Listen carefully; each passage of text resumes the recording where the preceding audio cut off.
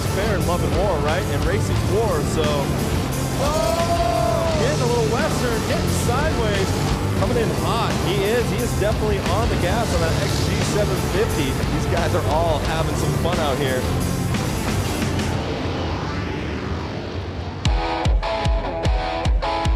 The epicenter of motorcycles, Milwaukee, Wisconsin, will tonight get invaded by every bike imaginable and by riders of all skill levels who have all traveled to UW Milwaukee Panther Arena.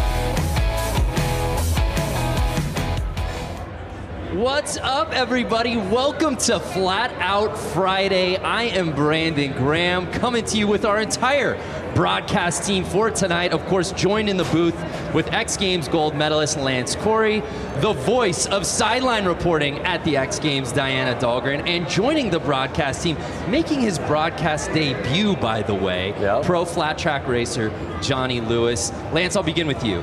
You've been here since year one. You've seen this thing grow and evolve. For the uninitiated, what is Flat Track Friday all about? I just love it because it really brings first-timers out, first-timers for racing, and some of the best pros. So you see all walks of life out there racing. Yeah, the range of spectrum of riders. No one's got a better seat than you do. You'll be at the pits all night. Talk to me about the personalities we find out here at Flat Out Friday. I mean, you're gonna have guys that don't talk, you're gonna have guys that talk a little bit, you're gonna have guys that crack jokes, and I'm gonna be bringing all their personalities and the stories down in the tunnel. Yeah, absolutely. Along with Johnny, talk to us about what you're doing tonight. You will be bike breakdown, giving us the science behind everything out here tonight. Yeah, it's gonna be pretty interesting because like there's a large difference of riders out here. Just like Lance said, it's from scooter racers to the hooligan guys on race prep motorcycles that are pretty heavy, and then you got the professionals, like you said. So the motorcycles are extremely fast. It's a tight track. It's gonna be really good racing. Every bike you can think of, every racer you can think of, complete mayhem coming to you now. Let's start racing. The fans invading UW Milwaukee Panther Arena, getting ready to watch absolute mayhem take place on this 1/16th of a racetrack, Lance Corey. Over 15 different classes of racing we'll see out here tonight, beginning with right there, the JV semis will be kicking things off. At the open amateurs, we have the women's main, scooter main, PW50, that's what the bike I started on right there. Oh, little 4-year-old Lance? That's right. The Boonie main, that's my favorite right there. Expert main. And if you've never watched this before, you're going, what do all these things mean? Don't worry about it. We got you covered. Obviously, we've got Lance here in the booth. We've got Diana down on the course. And of course, we have Johnny Lewis breaking everything down for us. Johnny, how's it going down there, man? It's pretty loud.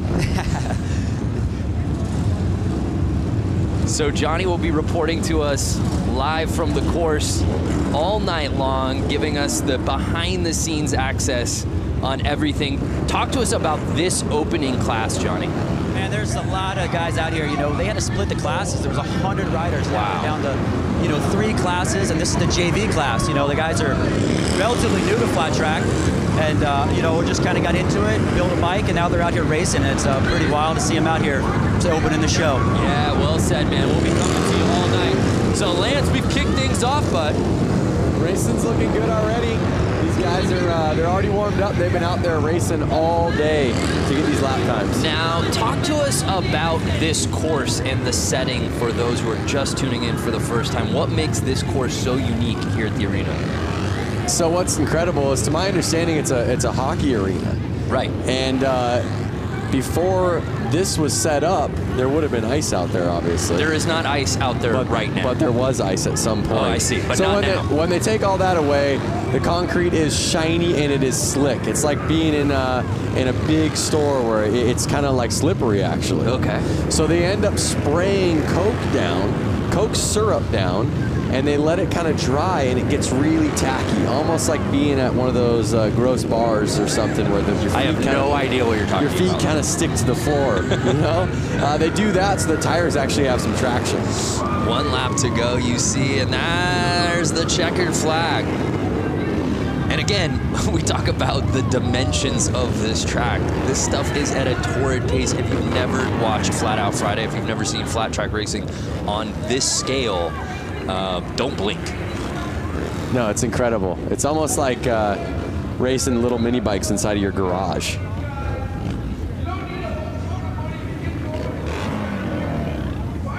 All the racers lined up, waiting to go out there for themselves. And we see Bob Reese finishing number 1, qualifying in our semi 1 of 3.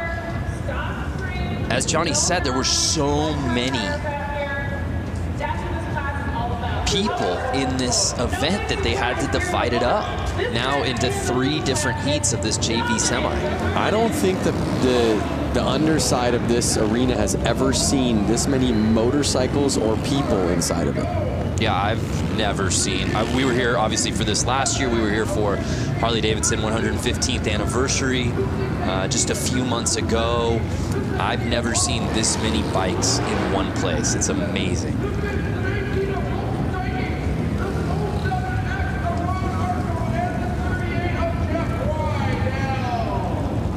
There's a great shot at our track here at the starting line. And one thing you'll notice as we get through these classes, right, Lance, is there's so much differentiation in bike. You'll see categories where you'll see dirt bikes, 450 cc's going against 750 cc's, and it really boils down to traction. Yeah, you're going to see all of these guys out here right now. They're all on the Sportster platform. They're street legal bikes. That's kind of what makes it a hooligan class. And they're heavy, and they don't have much room to get these things to turn, so it can get squirrely. So this is hooligan JV semi 2 of 3. Oh, like that. 2 bikes down already. Pardon my getting on top of you right there, but no, that's what it's all about, and that's par for the course here on Flat Out Friday. I got excited to call that out right after I was saying you're going to see some squirrely riding. You can see them with the yellow flag out. That means some riders are down on the track, so kind of take it easy. And you can see all the riders kind of bunching up because of that yellow flag. It forces them to slow down a little bit, to be careful so they don't hit somebody on the track. So it gets the race a little tighter. Right there, you see a pass. Yeah. And we'll see Rydell in the lead right now. Is anyone going to catch him? 2 laps to go. No yellow flag out anymore, but the white flag is out. 1 lap to go. And now he's lapping people. Lappers can be dangerous, though. And 38 Rydell with the claim, the fist pump. He went double fist pump. I saw he went left to right, back to the left. He's stoked. He's moving on. There's 100 guys here in this class. He's stoked to qualify. I would be too.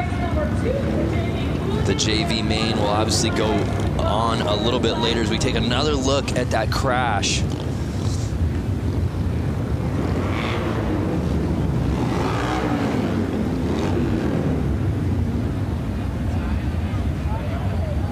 There it is. See that quick? Because he was so close to the other rider. Quick flag change. And again, if you're just joining us, we're in the midst of our hooligan JV semi, 2 of 3. Jeff Rydell taking the win there, qualifying onto the main. Absolutely the jewel in the crown of motorcycle racing, hooligan racing, indoor racing, this type of racing in the United States, hands down. There's a little bit of everything here, and the focus really is on fun. Look how huge. And there we see the kits. We should, again, different types of bikes, different types of riders. I think the highlight for almost all of us here is beyond the dressing up of the bikes is the dressing up of the riders themselves. Yep, that's for sure. A night like this, they kind of throw on a costume. You see a man right out there in a tuxedo. That's your type of tux. In fact, I feel like that's what you wore to your wedding. It's kind of a full onesie tuxedo. A full sublimated tuxedo. It's like it's a glorious, it's not a tuxedo t-shirt, it's a tuxedo onesie. Yep. But again, that's the cool thing about this class. I mean, these are their bike. Look at the bike closest to us. Oh, and a guy pulled in front of him. But look at the guy closest to us. Yeah. He is actually, you could see his speedo gauges on his bike. This is not a race bike. This is a bike that he takes to work and back, and he wanted to race. It's so cold outside. He's like, you know what? I'll race the race just so I can ride my motorcycle inside today. Oh, and it was 69 getting the whole shot. Nice. Oh! But he's cut on the inside by 00, the Tux man. Can Brandon Gonzalez get back up there to 00? I see the yellow flag out, and Brandon gets him.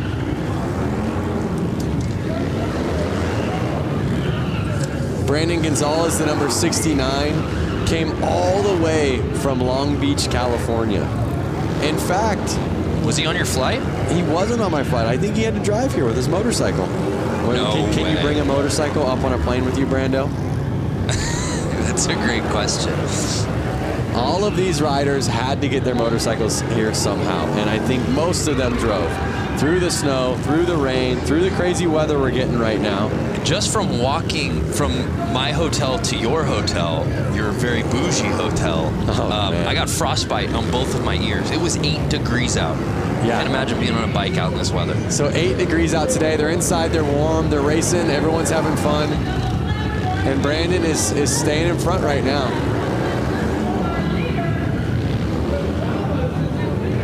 Now let's not forget, everyone here in the stands and all these riders, a lot of them are in town because tomorrow we're having the Mama Tried show. Right. A rad motorcycle show in the heart of downtown Milwaukee. And that's really the genesis of this entire weekend, and a byproduct of that is this race because the community as a whole had been coming out here. Yeah, I mean, it just happened naturally. I think the show was already going on. People were in town. People wanted to ride. People wanted to race. It was so cold outside. They said, hey, let's rent one of these arenas and let's all start racing motorcycles in there. They were letting their kids race. Everyone was racing. And you're going to see that tonight. You're going to see 4-year-olds out there on this track racing. Brandon Gonzalez, as you said, left no doubt about it. Even with the stoppage, returning for the win. He'll be moving on. So there you see Brandon Gonzalez qualifying.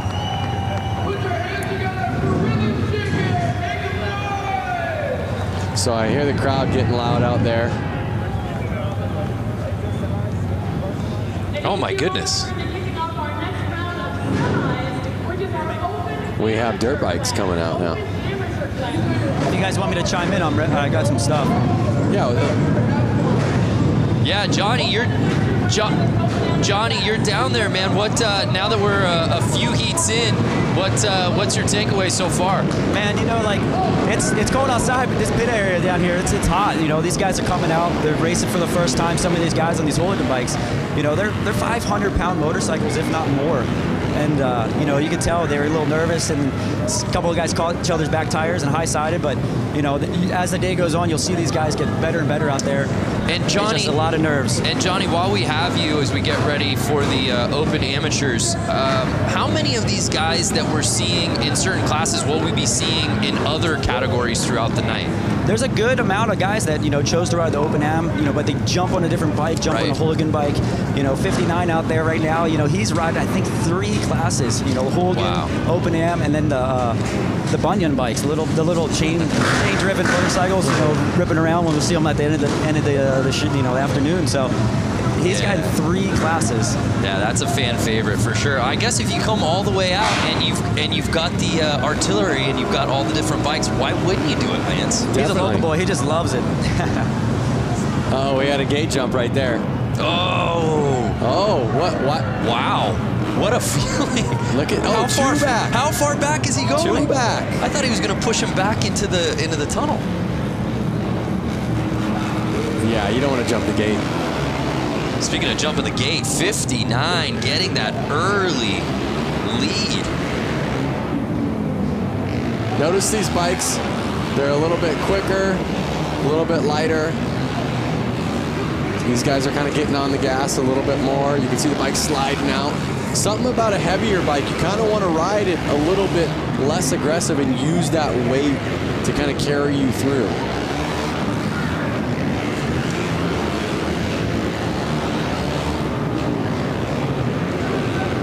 So Kilkenny leading the way right now. I mean, you could see these guys, they're probably getting kind of lost on where are they in position. Right. The guy in first is all of a sudden passing you, and you're going, was the guy behind me that fast, or am I getting lapped already? Right, it's such a small course. Depending on your start, you have no idea where you are when you're riding this thing.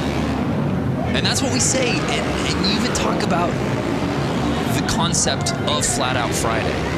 Obviously, somebody's going to win. Somebody's going to come in second, somebody's going to come in last place, but that's not the premise of that. This isn't what Flat Out Friday is about. No, Flat Out Friday is definitely about getting out there with your friends, riding, and just kind of having fun, banging bars. I love coming into a corner with your friend, and sometimes you can hear your friend yelling, "Yoo!" It's all fun and games. I mean, you know, there might be a little bit of showboating at the end of the night, like, I took that race. But realistically, everyone is stoked for everyone, especially when everyone gets off the track healthy. Yeah, this is the spirit of a bike with a motor. I don't care what your background is, where you come from. When you come here, you're a part of the community. And harder to find anyone or any place that's having more fun than Flat Out Friday here at UW Milwaukee Panther Arena. Man, we're moving. Open Am, semi 1 of 3. There you see it. Notice how much time difference. So first place actually got 15 seconds ahead of second place. Wow. That's probably a lap. You could see the rubber getting on the track. We should send it down and see how sticky the track is right now. We should just have you walk. You want to just go walk a lap? No, but we have guys down there that can. No, I think you should. I think you should do it. I want the Boonie bike. If you guys haven't seen the Boonie bike, you've seen the Boonie bike. I've seen the Boonie bike. If the people watching haven't seen the Boonie bike, that's my favorite class. It's a little bike with a lawnmower engine in it, no suspension, barely. I don't think they have any brakes, and they're ripping around this track. That's the one that looks the most fun to me. Semi 2 here in the Open Ams. There you see our lineup. Some familiar names in this one, Lance.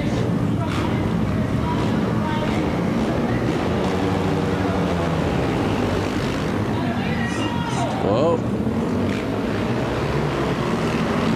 There's a fine line when you get out there of being too aggressive. Right. And maybe putting it down in the first corner. What kind of rider would you be, Brando? Yeah, I think I'd go aggro right out of the gate. Would you? Yeah, it's the Ricky Bobby mentality. If you aren't first, you're last, right? Okay. So you kind of go for it. But as we were talking about before, it's so hard, probably midway through that first lap, to really, if you're not in the lead, knowing where you are. Yeah, for sure. And you just kind of want to keep picking off the person in front of you, picking off the person in front of you.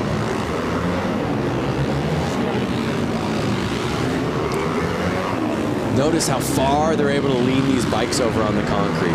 They're really leaning them over far. I mean, the foot pegs are touching the ground.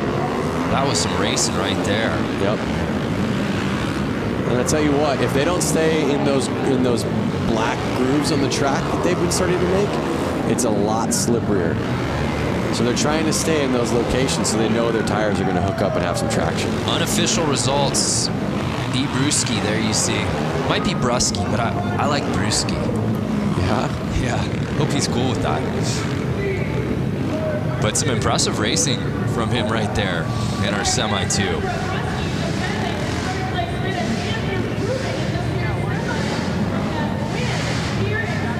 Take a look, it was that 38L bike who I believe got the whole shot early.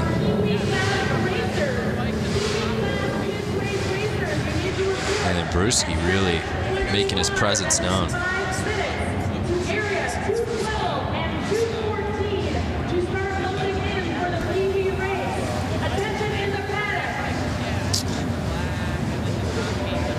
So our results are in. You see Brewski and Blasky.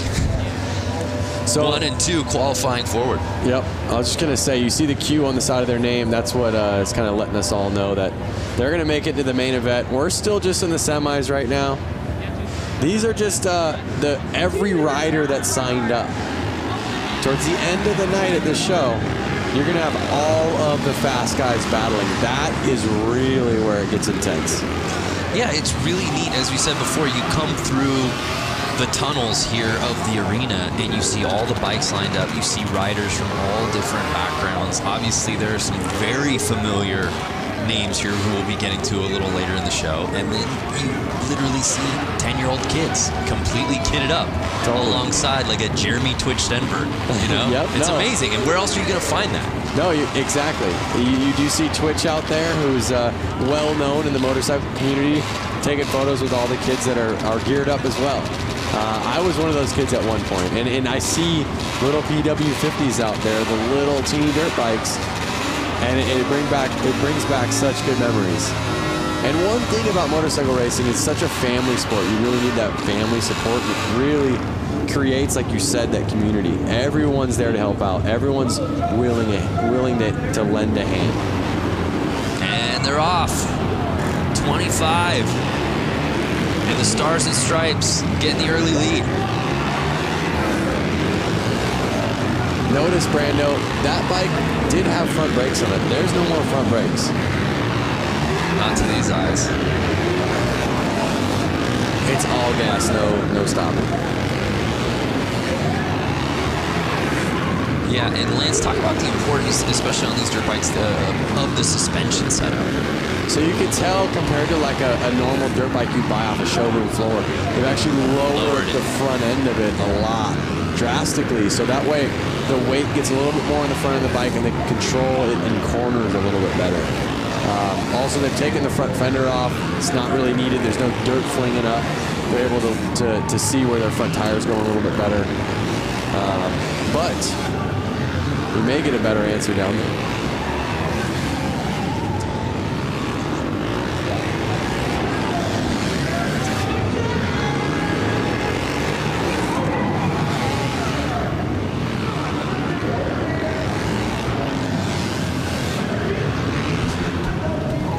So the unofficial results are in.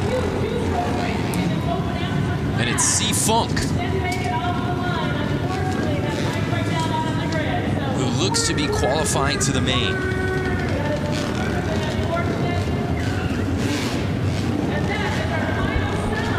Johnny, can you hear us?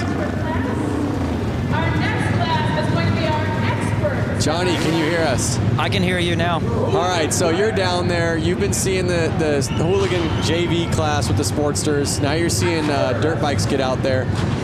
From a ground level, what bike do you want to ride? What do you see a big difference in what's going on? Man, I'm partial to these hooligan bikes. You know, they're big machines, but you know, around this little track, they look like a handful, and I'm always up for a challenge. So, you know, these guys getting out here on these big heavy motorcycles in front of a big crowd like this is, you know, it's pretty amazing. You know, like I'm pretty stoked to see these guys doing it. Now you're going to get out here and see these pros get out here and do it. You know, there's a big difference. The lean angle's a lot different than the hooligan bikes, but you know, I think these hooligan bikes look like a lot of fun around here. Yeah, thank you, Johnny. Well, as we get ready for our next class, we'll head down to Diana Dahlgren. You never know who you'll run into here at Flat Out Friday. Diana, who you with? Yeah, that's right. Hanging out here with Taylor Kinney. You're starring on NBC Chicago Fire, and you are a motorcycle enthusiast. You've been here with Harley-Davidson quite a few times to Milwaukee. How have your experiences been so far? I came up, I think, August of 2018. Sorry. Whoa, guys. Hey, there we go. For the 115, the Harley anniversary, came up, had some cheese curds, rode around, saw the streets, saw the lake. It's beautiful, and then coming to the track, I couldn't be more happy. So you got to get out on this course earlier today with guys like Jeremy Stenberg, Buddy Settle, Johnny Louchback right behind us. How was that riding on the course? It was fun to rip around the track. We got here early. I think we were the first ones out. The concrete was a little cold, tires were a little cold. We slipped around a little bit. Twitch came out, started lapping us. Buddy came out, started lapping us. We picked up the pace and had a good old time. But yeah, after seeing what the guys are doing tonight, I was telling a couple of the boys, I think I would have ended up in the hay. Well, big round of applause. You didn't end up in the hay this morning. Thank you so much, Taylor, for coming to Milwaukee with Harley-Davidson. It's an honor to have you at an event like this. Guys, we're going to send it back up to you. God bless. Thank you. Love it. Hollywood taking over Milwaukee out here today at Flat Out Friday. Fans watching right now, are you interested in riding flat track at this summer's X Games in Minneapolis? The 2019 Harley Hooligan Qualifier goes to LA this year, taking place at the Born Free Motorcycle Show on June 20th. Keep an eye on Harley-Davidson social media and how to register. It all goes down on Harley-Davidson social media, and you can find out more info at xgames.com.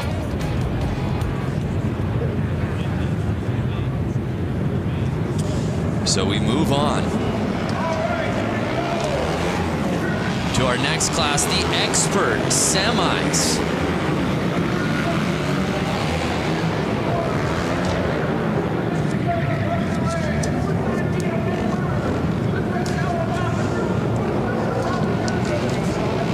So here we see our first heat of the pro class. Jumping up to the line.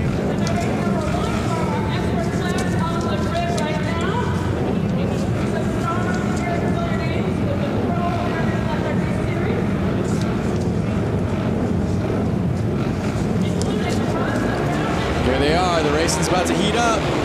Yeah, no doubt. Here we go, and they're off. Notice that he's got a piece of carpet on his boot, Brando. That carpet on his left boot right there, so his foot doesn't actually stick to the ground. The ground is so sticky, like I said, his boot would actually get caught. It would rip his foot back if that wasn't on there. So it's Bowman leading the way right now, and he is absolutely lighting this track on fire, Lance. He's going to catch up real quick and get into those lappers. Now, these are experts. They're not pros. So these guys probably have a job. They're probably going back to work on Monday or Tuesday. So they're really just out here having fun. I mean, everybody's out here having fun. And there's a great shot as you see our leader. So many of these riders, the setup, especially on their foot, the boot that's hitting the ground, as you can see, taped up to the max. It looks like he's actually got a little piece of carpet on there.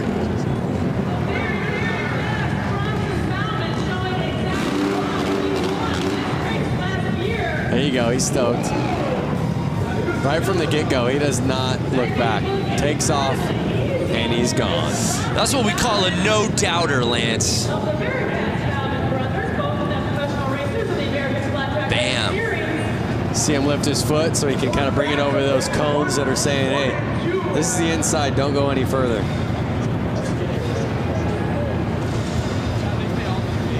Well, Johnny, now that we've got the pros out there, as we move on to semi 1 of 2, there it's officially in the books. Bowman, Gunther, Lang, Weimer all qualifying. It feels like the racing got a little elevated real quick, Johnny. Yeah, it did. You know, if you watch, Bronson Bowman out there, they actually have their left foot peg off because they're laying the bike down so low that it would rub the foot peg. Some guys even opt to take shifters off the hooligan bikes because the cases are so wide.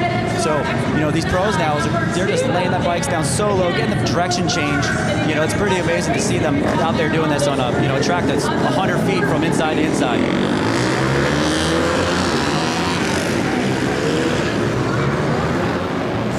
I love that camera angle of that straightaway as our next heat moves up. Look at them coming out. They're just so fired up. That lap that they just hit, they were behind the gate. They're like bulls waiting to go. I'm telling you, everywhere it seems like it's raining or cold. These guys are stoked to be inside, warm, riding their bikes with their friends. And there's a look at our semi 2 of 2 roster here in the expert class. 8 riders. Half of this field will be moving on to the final. Who will those 4 be? Let's get ready to find out.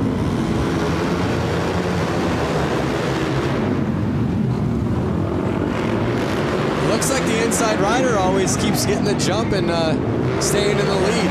Yeah, so it's 229 going wide to inside. Can he fend off the field early in this race?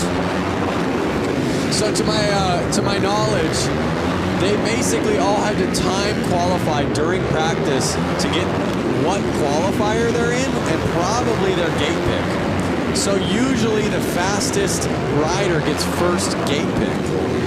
And so that's why we're seeing the guy on the inside. He's choosing that line, and he was also the first one to choose it, and he was the fastest one in his class.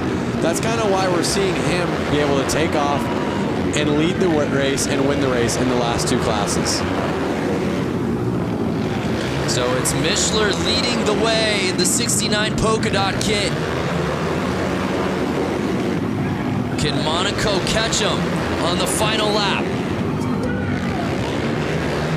No, and it's Mishler taking it.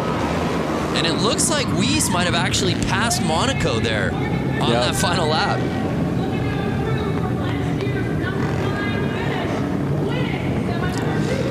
Brando, what's the most CC bike you've ridden?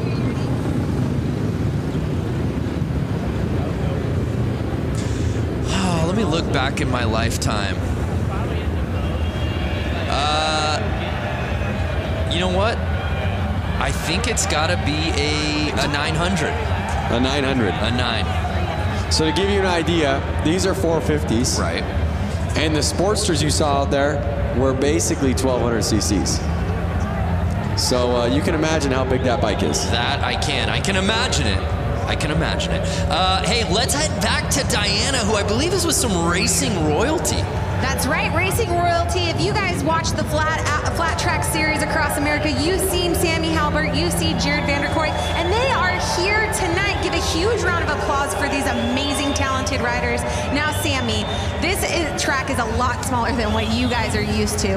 Walk us through what you guys are going to do here tonight.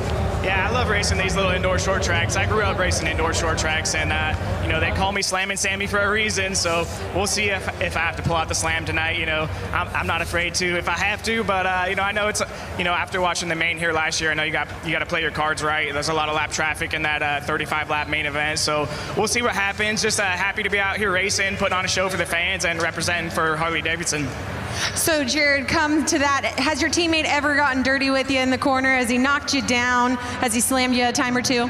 Yeah, we've had our run-ins in the past, but not as of recent. But yeah, it's going to be a good event, so I hope you guys all enjoy it. It's going to be a good time. So thanks, Harley-Davidson, for having us out, and everyone for coming out here, and hope you enjoy.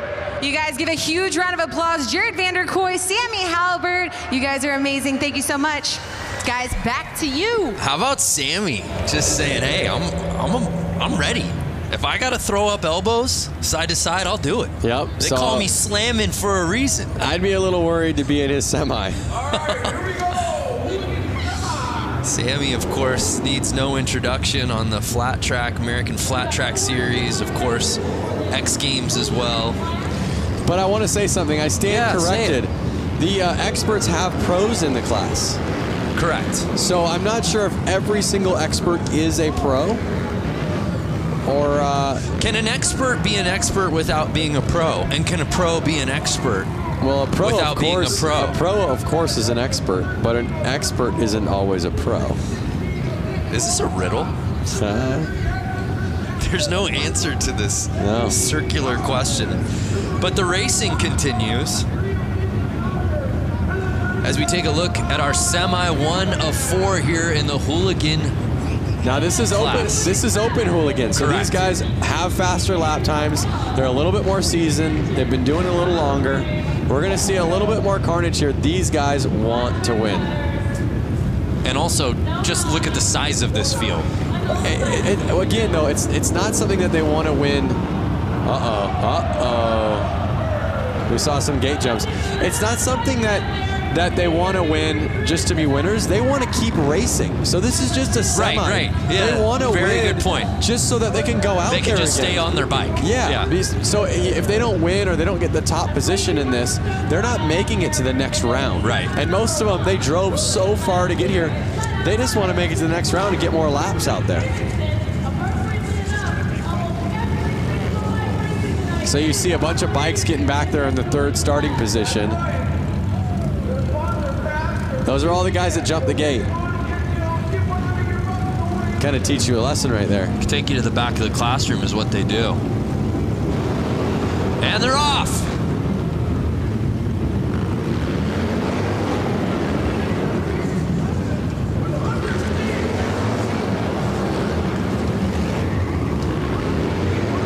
And it's early. It's Clements leading the way, trying to hold off Young and Carlson.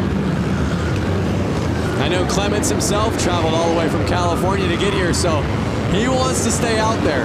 He wants to keep racing. And is there a better outfit early on than Carlson's tassels? I'm getting a very Lloyd Christmas briefcase money look. Oh, he's in the lead. Yes! He grasped the lead with the tassels. You would think that would be a hindrance, aerodynamically speaking. I think that's something like, I'm the man. Watch out for me. You gotta be pretty tassels good. Is bold. You gotta be pretty good. 100%. But here they are getting into lap traffic, and this could cause some problems. Final lap. And there it is. Checker flag is out. Clements with the win. He's going to the final. Some great racing here in our first Hooligan Semi. Oh, wait a second. It says Clements to the win, but I think it's reading wrong. I think so, too. Again, those are unofficial because it's the 45X that I stand corrected. That was leading the way. How about that? There was the pass. You want to talk about breaking bread?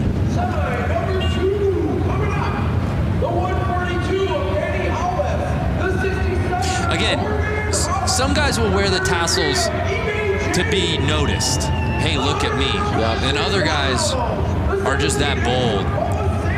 I think he had a little mixture of Benny Carlson. It was Benny Carlson that wins it. And notice he's the only one that's going to qualify. Jason Clements, all the way from California, is turning around. Less than bragging rights, he doesn't get to go out there and race again. Got to bring your A game in these semis, Brando. Yeah, well said. The show must go on.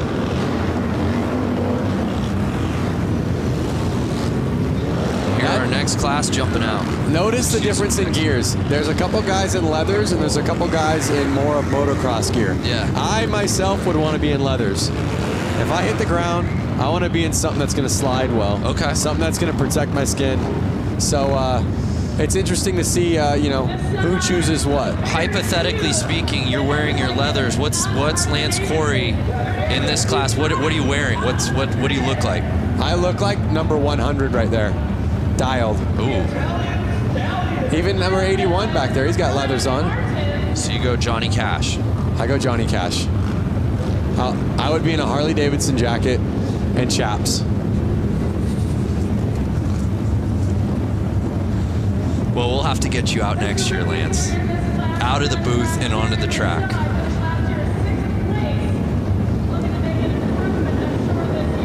Uh-oh.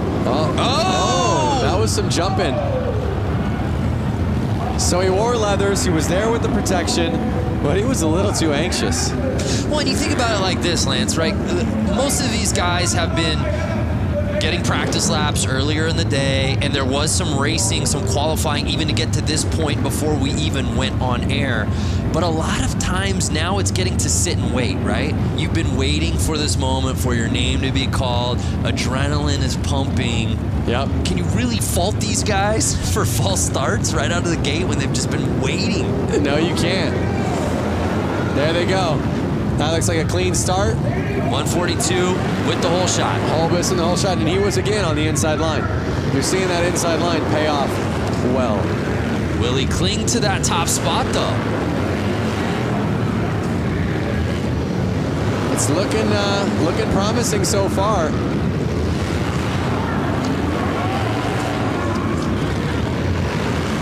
Again, if you're just tuning in, we're still in semi mode. We've got so many finals, so many mains still to come. We're just getting started here on Flat Out Friday. And like I said, Brando, my favorite bikes haven't even gotten out there yet. Noted, Lance. The Boonie bike. The bike that's in your shed, that your parents had, that you pull out and you clean off and you pour some gas in it and it starts right up. I can get 70 miles to the gallon on this hog type of bike. You love that movie, don't you? Yeah. It's the only movie I've ever seen. Dumb and Dumber. So Holbus on final lap. Can he hold on? Oh. And he held it. Is that our guy Louis Louders that came in second there? Yep. We've seen Louis Louders at the X Games hill climb. Along with his brother. Yeah. The Harley hill climb. Again, these are guys. Louis Louders is a guy. He runs a Harley-Davidson dealership. Yeah, has a dealership. So he was probably at work yesterday. I believe he's a Wisconsin guy, if I'm not mistaken. But we've seen him travel for the love of amateur racing. You know, like you said, we've seen him in Aspen, Colorado, hill climbing. Well, who's turning down a trip to Aspen, Lance? Again, Lloyd and Harry is not going to turn down a trip to Aspen. You brought it up! Oh, man. I didn't reference it this time. Hey, the Rusty Butcher. That's not Rusty himself, I don't believe. It's a teammate. That's a teammate of the Rusty Butcher. Yeah. But the next race you see open hooligan semis. Here's some of the hooligan hotshots. I see Suicide Machine Co., like you said, a Rusty Butcher rider. So these are some of the guys that kind of really made hooligan fun again. Make hooligan fun again. I've seen you wear that hat. Fun again. Rusty Butcher gloves right there. Twisting the grip. Pair of Thrash and Supply gloves right there. Whoa! Twisting the grip. Thrash and Supply Co.? That's right, baby. Like you said, a lot of these guys' palms are probably sweaty. They've been waiting around for this race. They're fired up. Palms are sweaty. Mom spaghetti. Don't do it. I knew it. There they go. Clean start. 963. Mikey Virus, a Rusty Butcher, got the lead. He was on the inside line again. What a clean looking bike. I was just going to say that. These guys build these bikes specific just for this event. I watched Mikey and the whole Rusty Butcher team assembling these bikes. Oh, a pileup. A pileup. I hope we got that so we can see it in a replay. But you see the yellow flag out, they're kind of having to take it easy. You see the gas on the track. Yeah, we got to take another look at that. Speaking of setting a bike up, you got the opportunity to build a Harley-Davidson this week. Yeah, I've been in Milwaukee for 3 days now. We have a competition called the Brewtown Throwdown. Correct. Where basically two teams built bikes. You guys might have seen this in the show a little earlier on, but we were able to build 2019 Street Bobs. We had 2 days to do it. My team, the Quick and Easy team, we made a bike that was kind of replicated after a 1940s flat track race. So something a little bit more old style. The other team, Super Bob, I want to say? Yes. Super Bob, they made a bike that was a little bit more Supermoto-ish, a little bit taller. To me, it looked a little Mad Maxy. I'm digging my bike. I hope you guys vote for my bike, Quick and Easy. Yeah, tomorrow. both are beautiful. Check it out on the Harley social and then also Lance Corey's social. So we might be able to see the crash. There it is. Two riders must have collided. Suicide Machine Co. Yeah, it's great, actually, all things considered, that there wasn't more carnage there. Yeah. Only the 2 bikes went down. You see them getting the gas off the track. There you see Mikey qualifying out of that entire group. Only Mikey moving on. But again, Mikey Virus came all the way from Los Angeles, California. So a guy like him, he's stoked. Amazing crowd on site here at Panther Arena to watch what has really become an annual tradition. Now, here you have the Rusty Butcher. Yes. I've seen Mark Rusty Butcher win this race before, all the way through, all the way to the end of the night. He took it home with a W. Then I've seen him come back the following year and I think crash out pretty early on. And again, he wasn't mad that he didn't win. He was mad that he wasn't in the final to race more. So, what's going to happen tonight? Yeah, he flip-flops, right? Yeah. Either wins or crashes out. Yeah, it's all or nothing. Then I guess it's an odd year, 19. I feel like he's going to go the distance. He is absolutely a fan favorite, though. There's no doubt about that. He's a fan favorite, but right out there in the crowd, I see Jeremy Twitch Stenberg, FMX icon, someone that I grew up racing riding FMX with. So who's going to take it home?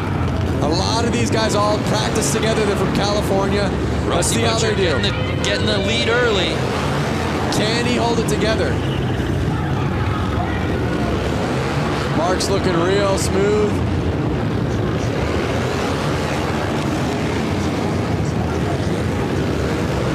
He's looking confident. He's got his eyes on the prize, but you see a couple riders on his tail. They want that position. That is the position that's taking you to the final. Are they going to go easy on him? Are they going to throw a tire in? Are they going to take him down? But we got a battle here midway through this race. Oh! No! Mark the Butcher goes down and it puts Buddy Suttle into the lead. Buddy Suttle taking over the top side, but no, Bush taking the lead from him. Wide. They're coming into Mark now, who's a lapper who was just in the lead. Final lap time. Will Bush hold on? Looks like Bush has got it. And Bush gets it. Oh, and what a heartbreaker. Suttle comes in second for Rusty Butcher. What a transition. You go from Rusty Butcher laying it down, Buddy Suttle then in the lead, and then you get the number 44 of Bush taking over the win. There was 3 different leaders in that race. That was some of the best racing we've seen all night. Oh my goodness. And you said it right before the race began, partner. Butcher wins it outright, crashes early last year. What's he got this year? In the lead, we think he's got this thing comfortably, and crashes out. It's such a, I feel so bad. And there you go. What do we got? I don't know if those results on the screen. I don't know that that's official. I'm not sure. I have to disagree. I had my eyes on that pretty well. I feel like there's somebody we can talk to here. Please put your hands together because there is going to be a wedding taking place. Well, before we move on to our next race, here's a word from our Diana Dahlgren. Hey everyone, Diana Dahlgren here. Enter for your chance to win a VIP trip to the 2019 X Games in Minneapolis. And you could be down on the racetrack with me during the Harley Hooligan race.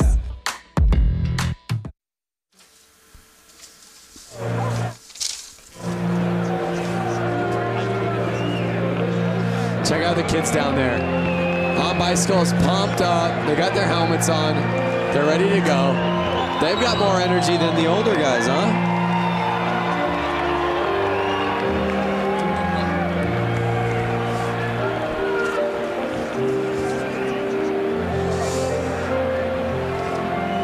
This is what I like to see. Yeah, there you see the young fans. It Flat Out Friday brings out everybody, including some influencers who came out and were able to take some laps around this course. Let's take a look at that.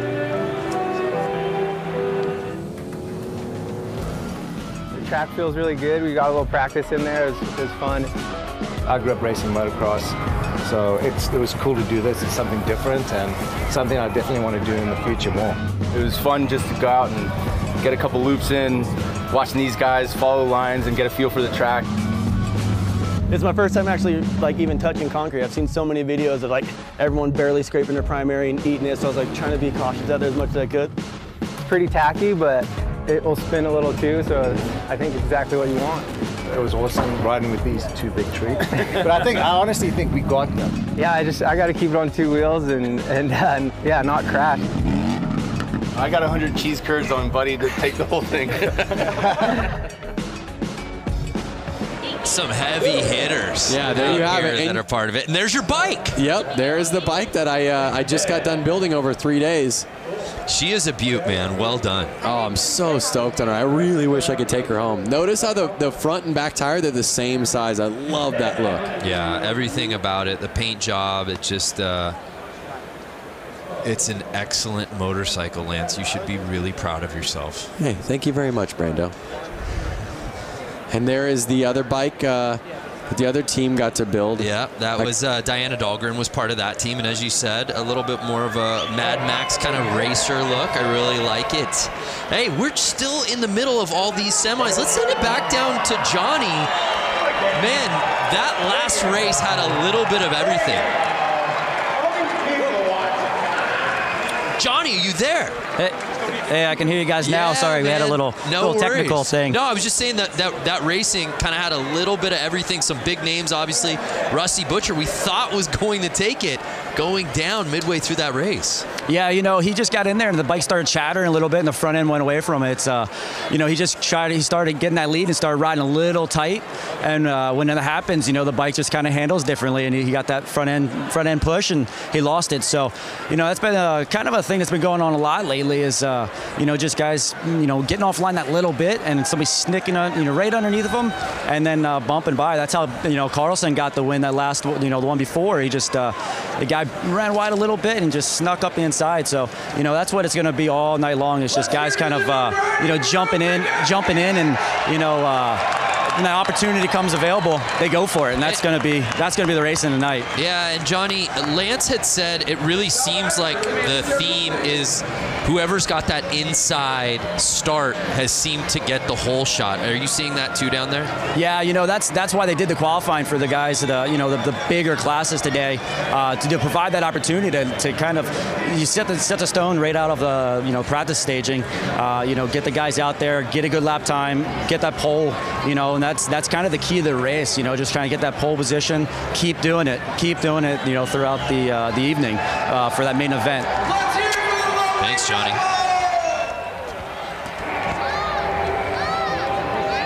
Packed house out there, tons of energy. Love it.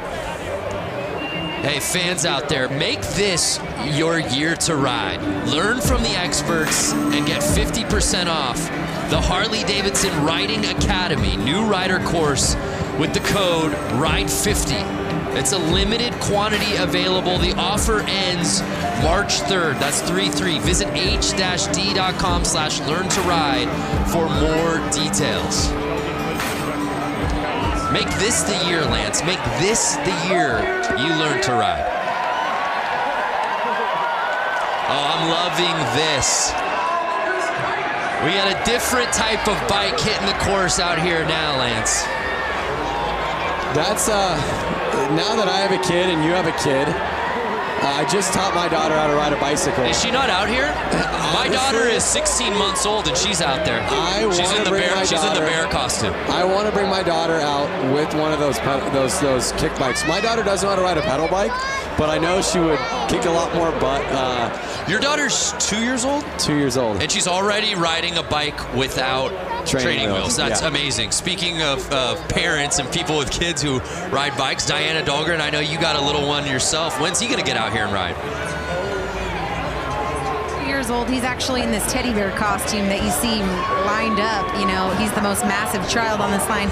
I don't know. I feel like Hunter's going to, you know, take the teddy home for the win. So all the little cats out there, and it's the bear taking the early lead right out of the gate. I feel like there's an adult in that. Oh, how about going the outside to take the lead? Notice how he's keeping the pedal up. That's basically giving him more ground clearance as he turns left. The 3-plate staying wide, and now he's lapping. Oh, could you imagine being out there right now? Unreal. Packed house, the energy, everyone cheering you on. Yes, look at that. I want to start clapping in the booth. That kid has got racing in his future right there. All those kids, what a blast it's got to be, as you said, to come out here. Oh! In front of this crowd, are you kidding me? That is awesome. I love it. The checkered flag's out. You think you're going to get these kids off the track? I don't think so. I'm not sure it's possible. Oh my gosh, some of these kids out here are so small.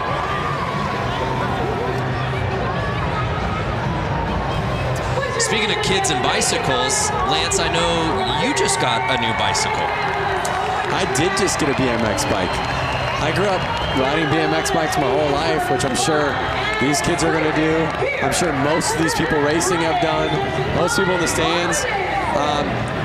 And it just was something that, it was like a calling of like, you need to kind of go back to what you did as a kid and find that real organic fun. And did you find what you were looking for? I found exactly what I was looking for. According to your Instagram all last week, it seemed like you found it pretty much every day at the park. Yeah, I went to the skate park every day and had a blast. Look at that little kid cruising his little pedal go-kart.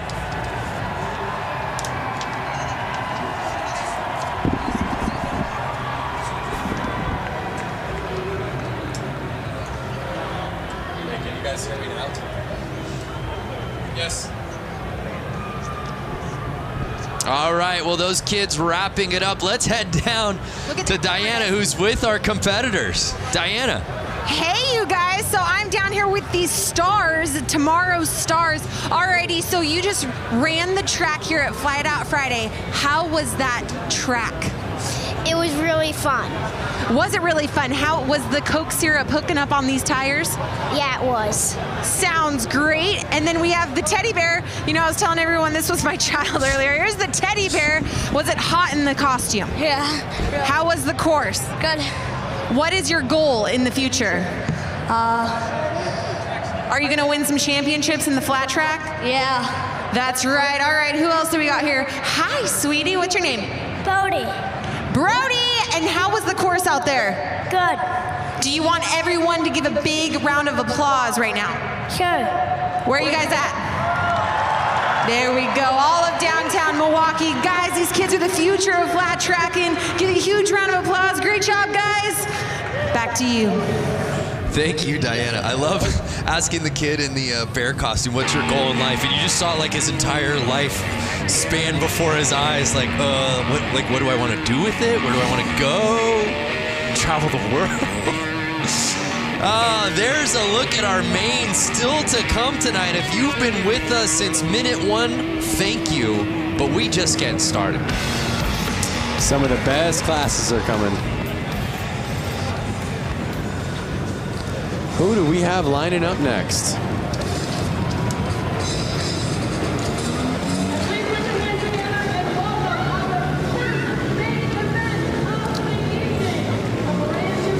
So here comes our new class, and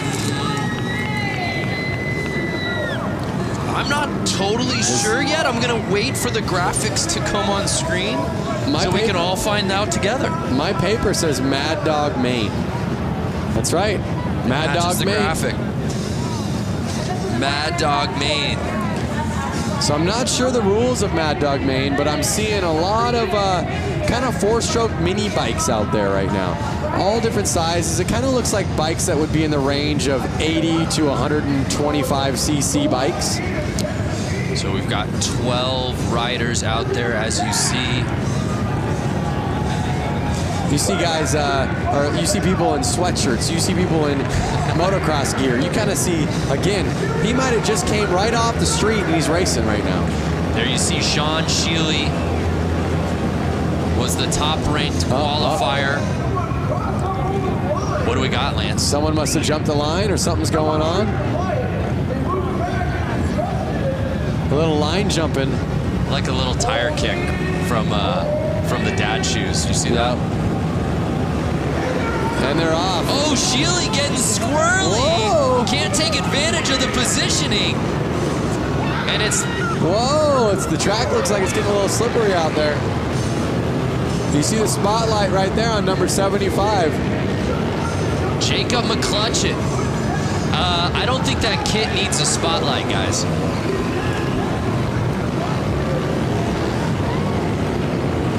Now again, this looks like a bike that's a little too small for that rider right there. And but again, sometimes riding the smaller bikes is more fun. And it feels like, again, traction, the name of the game on a course like this. Having that bike control. Oh, we see a pass. Bike control is key out there. Smooth and steady wins the race. You saw, like, just like Johnny said, Mark the Butcher, he was getting a little hard on his bike. He was riding a little too fast. Because he lost his smoothness, he ended up letting it go. So it's Ryan Stephen leading the way, and it doesn't look like anyone's going to catch him, Lance.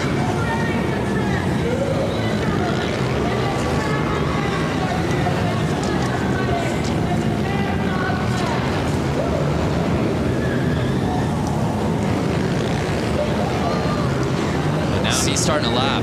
Some great racing out there. You're seeing bikes that are pretty new, bikes that are from, you know, the modern era, and I even see some bikes that are probably 10, 20 years old out there. It's interesting to see how the technology on these bikes hasn't changed much. Mostly visuals, mostly just the cosmetics, the plastics. So final lap, and it's Steven taking the win, at least unofficially, but to these eyes, you can pump that fist, Steven. Ryan Stephen taking the top spot, followed by McClutchin, excuse me.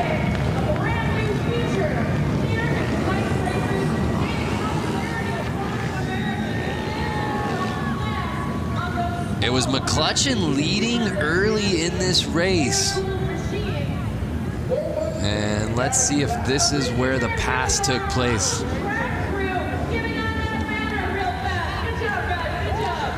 So one thing to keep in mind, Brando, lines in racing are a key to how fast your lap is. So basically, what is the quickest way around this track with staying the smoothest at the exact same time? So you can almost look at it as, if I walk this track on my feet, what's going to be the easiest way around it? Well, it would be on the inside, right? So on the corners, you want to be on the inside. But you couldn't stay on the inside and be smooth if you were staying on the inside on the straightaways. So they're riding wide to stay smooth so that they can ride the inside on the main part of the corner, which is going to get them the shortest line while staying the fastest, while staying the smoothest. Thank God you had an answer. That felt like an SAT question. The making of a riddle. I mean, it's just a big deal. And I'm just thinking, if somebody has never raced before, and they've only maybe driven a car on a public road, or maybe haven't even driven a car before. The strategy seems counterintuitive. Yeah. So you're always wanting it to ride the shortest line, but also at the same time, what is the smoothest way to do it? Right. So here's the JV Hooligan main.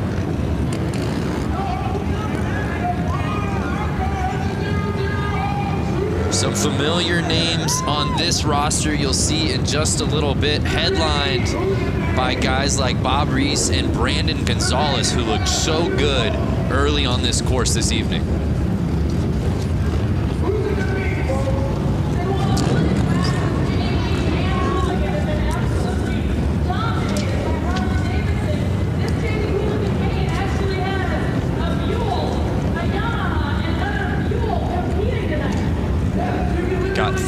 Different bike manufacturers out here, but it's certainly Harley-Davidson dominant in this class.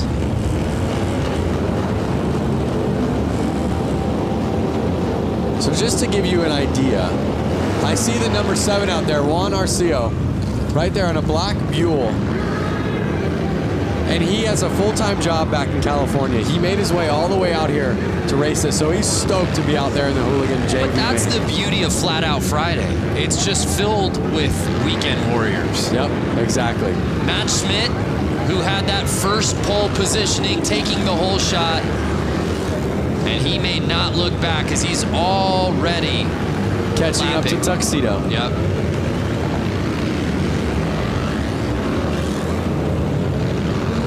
lappers pushing wide right there. Schmidt staying in the lead.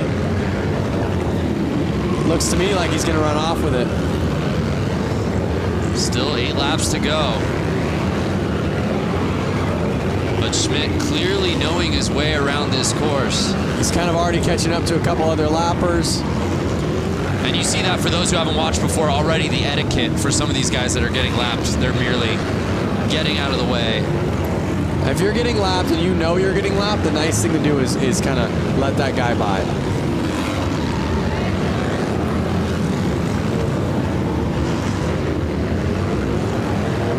So let me ask you something, Brando. If you were out there, what type of gear would you be in? The tuxedo? Yeah, I think some version of that tuxedo. I live my life business casual. You know that. Maybe a blazer over it, perhaps. Like maybe a nice leather blazer. Okay, because I do agree with safety and protection, just like you would be in full leathers. White flag's out real quick. Schmidt staying in the lead. Schmitty. I don't know that he likes to be called that, but it just sort of rolls off the tongue. And then the 721 plate, Matt Schmidt had the lead from lap number 1, and no one could take it from his kung fu grip. As he takes the top spot in the Hooligan JV main. A lot to like about this racing. As you said right out of the gate, right before this thing began, about the strategy and how these guys handle this course. Matt Schmidt did just that.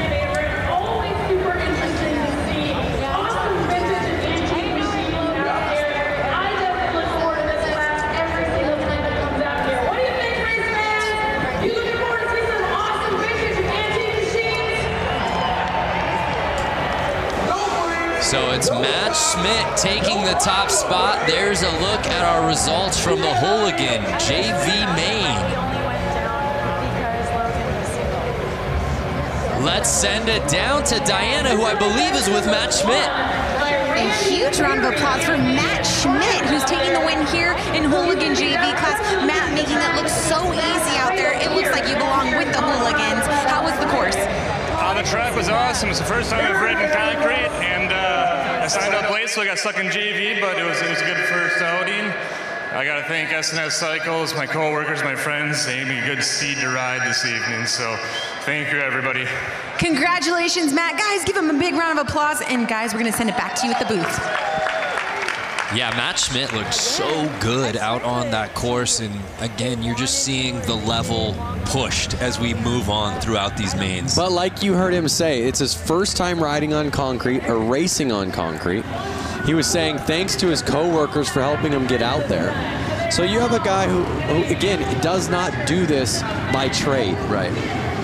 He's an enthusiast, he's a gearhead, he's a motorcycle rider. Which blows my mind when you say that, when you look at how he raced out here tonight to win that thing. Looked so comfortable, and oh, by the way, he's never raced on concrete before? Come on. But so many of these guys have a similar story, Lance. We move on to our next race of the night. It's our brakeless main. One thing about these guys that's similar story is they all have no brakes. Hence the name. Whatever they're paying you, Lance, double it. That's the sort of analysis that people are coming here for. So there's a look at our roster for tonight's brakeless main. Randy Brolick will be in that first position on the inside.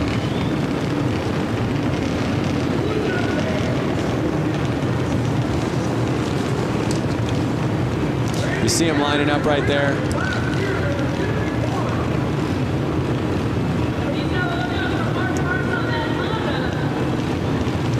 Oh, let's go to the gram. Oh, excuse me, I believe this is Twitter. Paul James at James Gang Racing. Go time. Only one round of practice on to the heat races at Flat Out Friday. The girls who ride out ya at Flat Out Friday. Women's hooligan races are so rad. Could not agree with y'all more.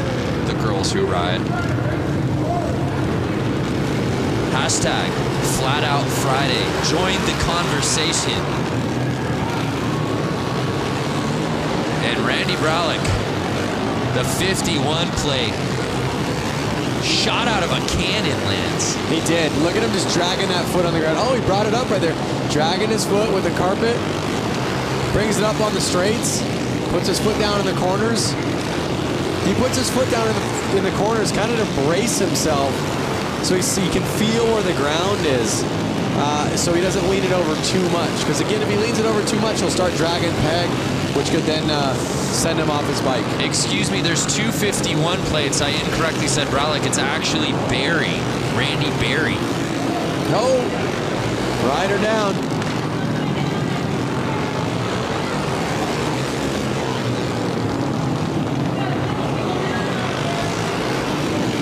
And the Stripes are able to get the bike off quickly there.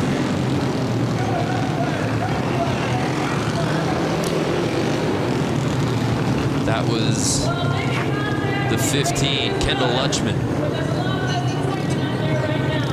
that went down. One thing that's so cool about this race is they really keep the styling so vintage and so pure to flat track with the striped shirts for the track helpers, the all white gear for the. I'm not sure what you would call them, the track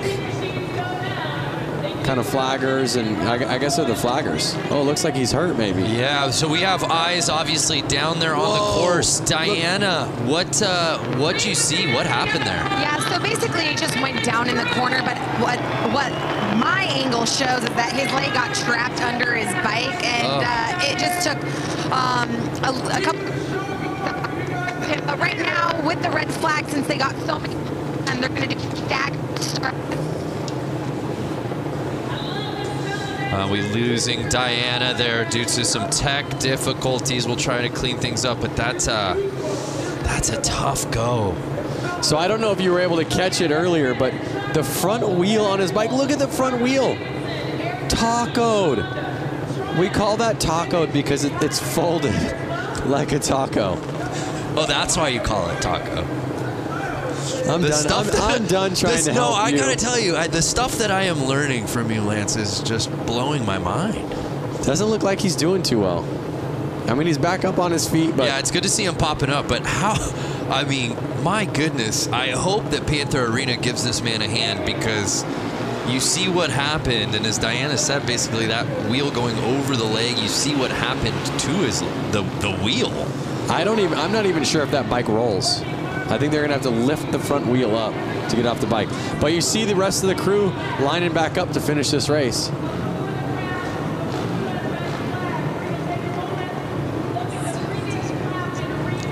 And well, again, let's. I believe Diana's. We're good. Technical difficulties out of the way. I want you to finish that thought from what you were seeing, Diana. Yeah, so they're staggering the riders. This is typical with a red flag. They're relining them up. But yeah, from what it looks like with the rider who went down, he's standing up now. Good sign. Looks like he just really might have banged up his leg. But looks like they're walking him off the course now, as we can see. But yeah, we're lining up the riders. We're going to get this thing back going. A couple riders did pull off the track, so we're down to 4. Guys, let's go racing. Yeah, I love it. Thank you, Diana. And there you see them trying to get that bike off of the course. As you said, it's not just gonna roll off. And the show goes on, and again, 51 Barry. He's on a mission, Lance. He is on a mission. You saw he was the fastest before that crash happened, and he's just putting it back down and proving he's the man to win this race.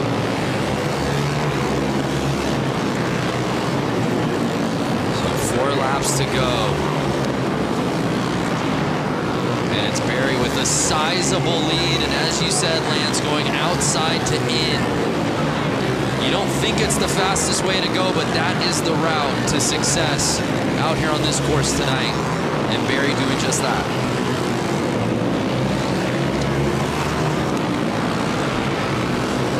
There it is, white flag out. Barry's got 1 lap to go. He's looking at the checkered, and there he is. Taking that main home, looking back at his friends. Big smile on his face. You can see it right through his helmet.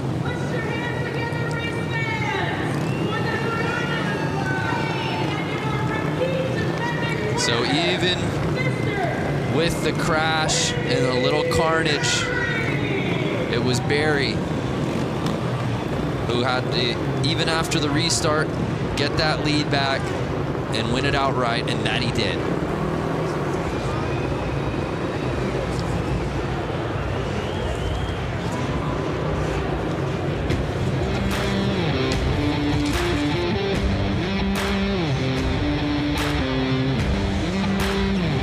So brakeless main officially in the books. One name I do want to point out, Chuck Dickinson. I don't know if you've seen Chuck around. He's always here. He was, of course, at the 115. Chuck Dickinson, 78 years old. Wow. Let's head down to Diana, who's with our winner from the main. A huge round of applause for Mr. Randy Berry, the number 51 that constantly put down a huge lead on the course. How was that track out there tonight? It was good. It's always a good race with the guys with the brakeless bike. A lot of crashing tonight, but I tried to keep it humble and just keep it clean. That's right, you did keep it clean. You maneuvered through the course beautifully with lappers and people who fell down. You got to give these young bucks some advice. Yeah, it's just really good to do it like that. So. All right, we'll give it up. Barry taking the win. Lance Brando, back to you. Yeah, thanks, Diana. His experience showing in spades out here tonight. And how about that, Lance? I mean, you have the start that you're looking for. You're leading the race. You know you're in your game. There's no one in front of you except people that you're lapping, and then all of a sudden that flag comes out. Oh, we got to stop this thing. That's definitely a bummer. Because your heart rate just instantly is like, oh, what? So it's definitely a bummer. I mean, but normally you're confident enough to go, you know what, I can do it again. I know I can lead laps. I know I can be in the lead. I'm going to do it again. And obviously, we saw that he did that. So from Randy Berry and the brakeless gain to the new class, the youth main. So one thing about all these youth bikes lining up, I can hear them, and they're all two-strokes, meaning they're all different style engines than the last ones.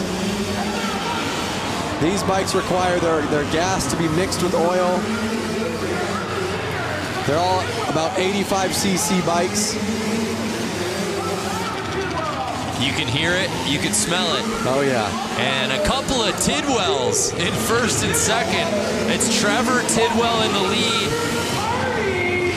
His brother Tyler behind him. These riders have to stay out there for 10 laps.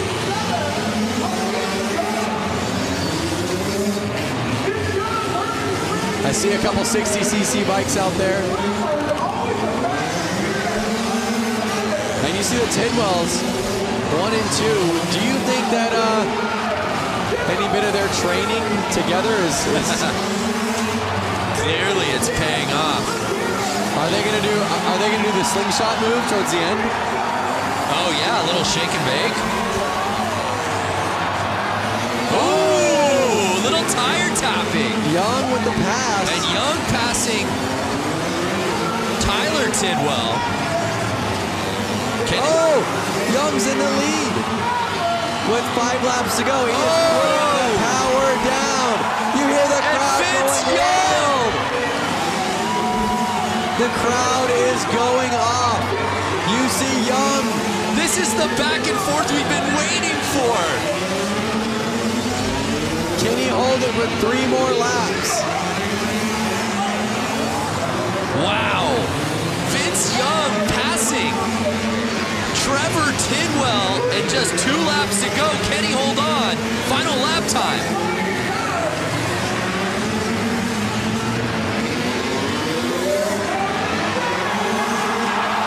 Wow. And then Tidwell pass him. A photo finish, Lance. We got to see that again. Did Tidwell regain the lead right before the checker? I need to see a replay. That may be a youth main, Lance, but that was easily the best race of the night so far. It's only going to get better. Wow. Here we are. You see some passing. He's letting a rider back out on the track.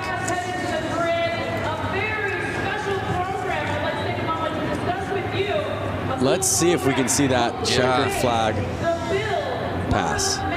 Vince Young, not the Heisman Trophy winner from UT. It's YUNG. Here it is. Here it is. Look, look, look. And did he get him? I don't know. That's got to be a photo finish. And our results are unofficial. Right. I still think Young might have had it, Lance. I think so too, but Tidwell took the inside.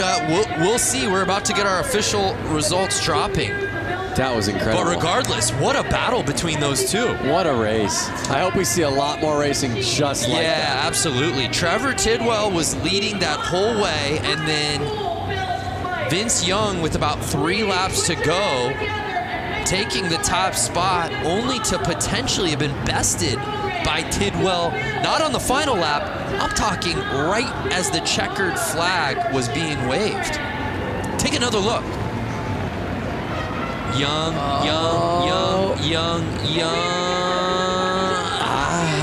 Tidwell on the inside just makes it so interesting. Look at how leaned over Tidwell was. Carrying his momentum right out of that corner. Leading the bike. That's some savvy racing right there. Incredible. What's up, everyone out there? That's a lot of people getting on the Jumbotron for the first time in their lives. Oh, kiss cam. Kiss cam. All of these machines are built by local high school students. That's right. So they're going to the tape right now, really taking their time. Who's your money on? I still think it's Vince Young. Some more social coming through. Bikes going fast. Zoom, zoom. Hashtag Flat Out Friday. I love it. Not Simone. Even got a little, she's got the cherry emoji in her handle. Watching Flat Out Friday on Blockhead Moto Channel by the fire. What better way to spend a Friday night? Dave Hoffman, thanks for spending the night with us. Malika, who says there's nothing to do in Milwaukee? Not Lance or I. That's for damn sure. We're checking out Flat Out Friday. Checking out Mama Tried's Flat Out Friday. Lance, we still don't have our official results yet. They're looking at photos. At the photographs. They're looking back at the footy. You asked me, I ask you. I thought it was VY. Do you think Tidwell did enough there at the end? I'm going VY, but they're definitely splitting hairs right now. Could we have a co-champion? No. Somebody passed it first. They are splitting hairs. They're looking at the photo finish right now. Someone has to have a photo. And it's Vince Young. Wow. So in the end, Vince Young bests Trevor Tidwell to take it in the youth main. By a split of a second. Wow, what a performance, though.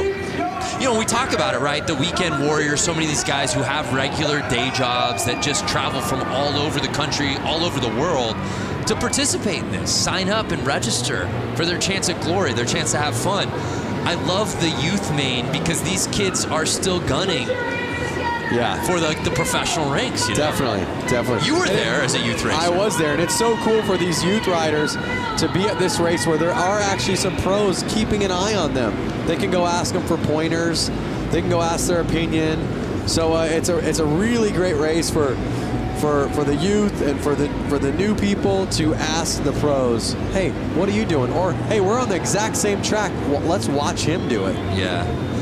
So now it's time for the main build to break down what these bikes are all about. Let's head back down to Johnny. Johnny, break down this class for us. Hey, you know, this is a pretty interesting class. This is actually a high school project where they take CB 175s and they've been working on them, machining them, kind of turning their own vibe on these motorcycles. And it's pretty cool because it's right here in Milwaukee that they're doing this. So it should be interesting. Oh, super cool. Thank you.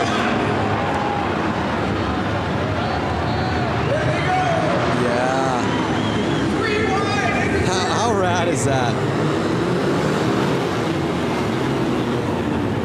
See, I want to be on one of those little bikes like that. Some you're proud of, some you're having fun on, but some you're not as worried to kind of drop if you accidentally go down. Miss Cho leading the way on the 35.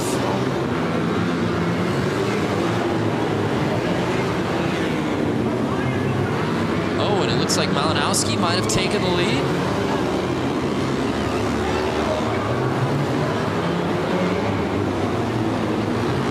Eight laps to go.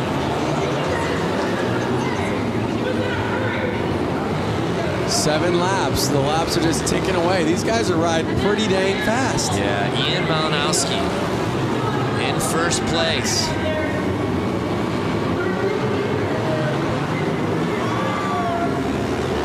Now Ian's making the passes.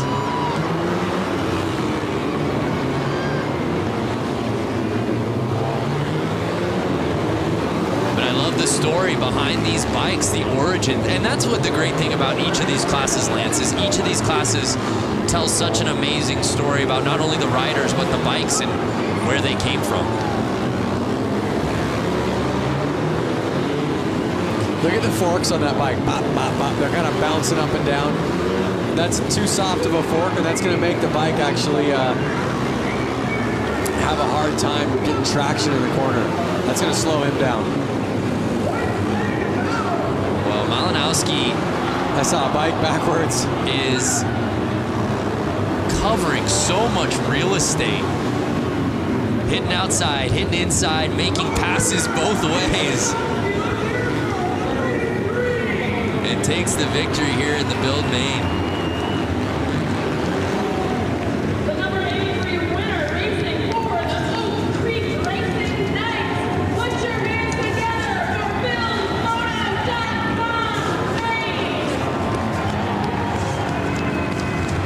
That class looks like fun. And to top it off, they had a lot of fun building those bikes. You built a bike earlier this week. I would have loved to see you jump on that and figured out which class you could have gotten in with that thing. I think that class would have, I know we have a couple cool classes coming up. It would have either had to have been hooligan, inappropriate class. Inappropriate, Yeah. I could absolutely see you. We could have gone out there in that one. I would say I would have signed up for the inappropriate class. Yeah. Because it's a little bit of an inappropriate bike. It's a little too big. So what would your costume been? Oh boy. Well, the bike was styled as a more vintage bike, so I would have played the part and gone vintage. I would have been in some old school leathers. Nice. With kind of a helmet that Evo Knievel would have worn, like a helmet that looks like you should be in a space shuttle. Well, partner, it's not too late. We move on to our next class. Get ready, it's the women's main. The ladies of Flat Out Friday hitting the course.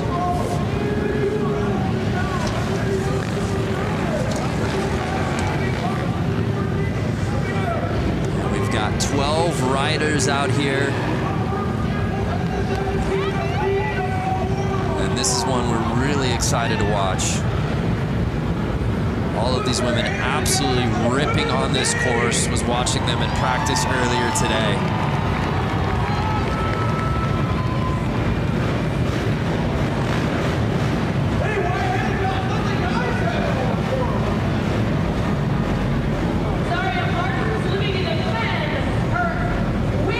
I see a lot of different CC bikes out there.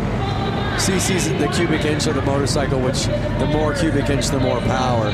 But I'm seeing bikes that could be upwards of 450 cc's and then bikes that look to be somewhere in the neighborhood of 125 cc's. Yeah, let's bring in Johnny. Are you seeing that as well? Lance just talking about the variation in cc's in this category. Oh man, there's a big one. I don't know if you noticed, the last bike that pulled up to the start line was a Honda Rebel. Still has the taillight on it. But then you got racer girls that race full time, like all season long. So there's a lot of really strong talent out here, and also a lot of beginners just getting out here for the first time. So we're getting ready to set it off for the women's main. We're having some troubles at the start right now. I'm seeing some gate jumps. I'm seeing some bike stalls. So I think it's their nerves kind of getting to them. And as Johnny said, you see it with hooligan racing. You see it at Flat Out Friday every year. Just so many different types of bikes, but you're at Flat Out Friday when you see a tail light out on the race course. Yep. Uh-oh.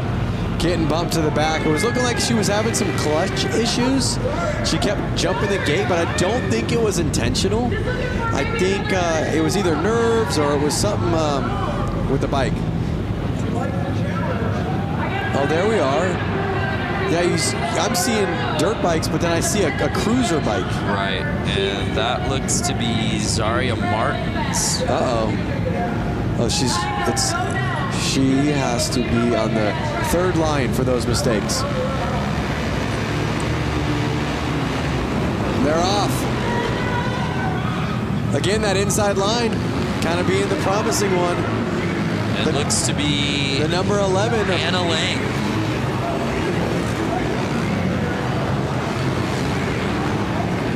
Hannah Lang leading the way. Annie Wyman now taking the lead away on the 158 plate.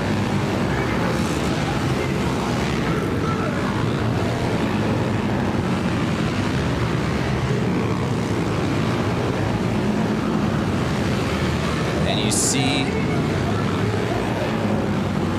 the control around the turns and then just gassing on the straightaways. This is what I love about Flat Out Friday. I see dirt bikes and I see street bikes out there. Nobody's scared. Everyone's having fun. Nobody's trying to hurt anyone.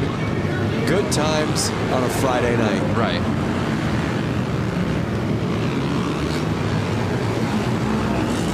So it's Wyman still leading the way, with Megan Funk right behind her. 4 laps to go.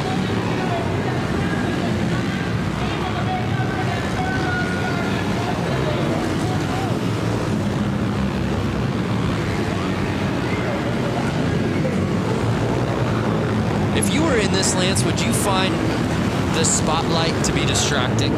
I don't mean that figuratively. I mean literally the spotlight being on the leader. Yeah, I know what you're saying. I think that you're so focused, you're so looking forward at what's going to happen next. Your mind is so in the race. The light, you're probably... Oh, no! She was trying to get that last lap pass. Hannah Lang touching tires with our leader, Wyman, holding on to the top spot. So I think that the spotlight goes unnoticed.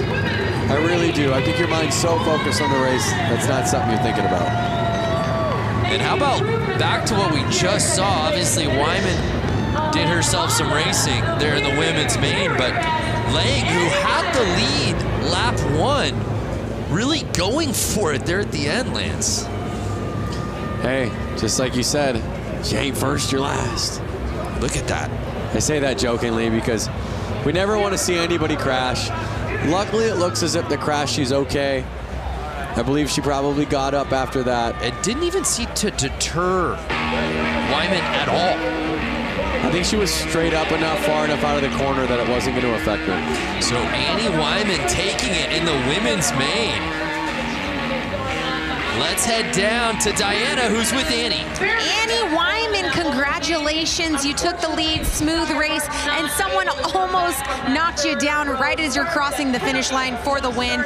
How was tonight for you? Thank you so much. It was a really close race, but I had a lot of fun. It's my first one ever at Flat Out Friday. I wanted to thank my dad for taking me here and all my sponsors for helping me out. First time at Flat Out Friday must be a good luck charm. Congratulations. Wyman taking the win. Yeah, what a performance from Wyman in the women's main. Didn't have the lead early, but was able to climb the ladder, took the top spot by lap number 2, and then there was no looking back. Even got a tire tap there on the final lap. And now it's that category Lance has been waiting for, the scooter main.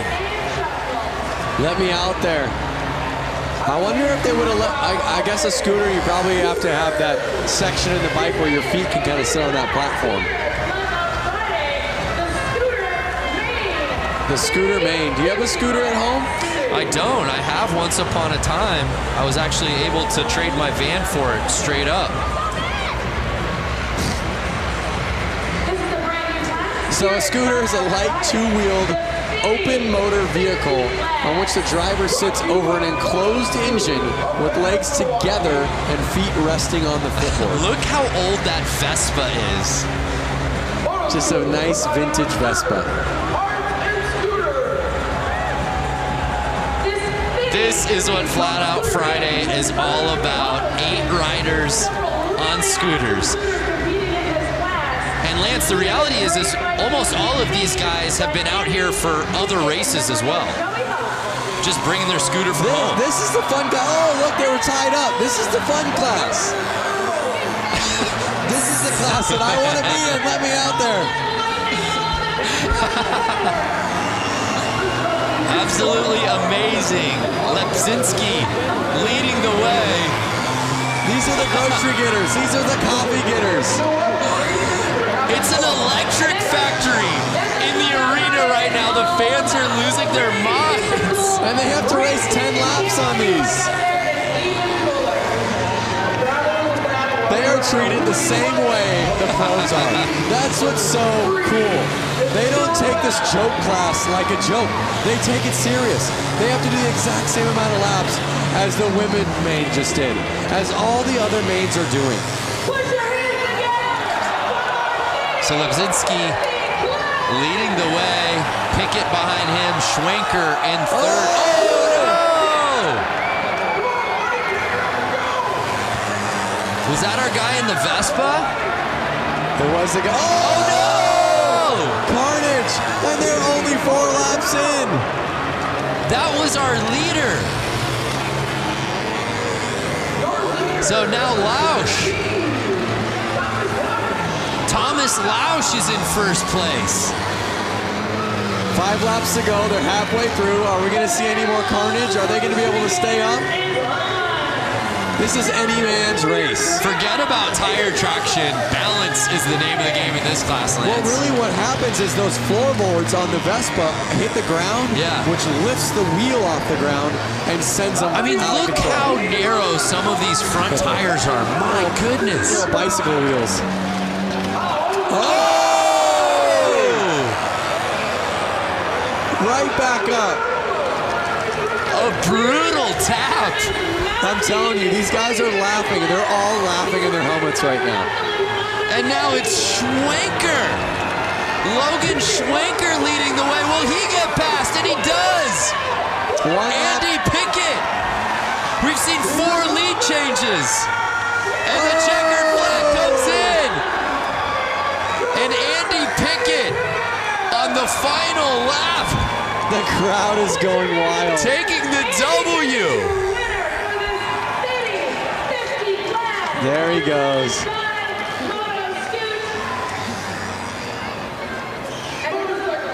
Wow. I've got a grin ear to ear right now. That was amazing. Yeah, I was smiling the whole way. Oh! Tucked front end right there.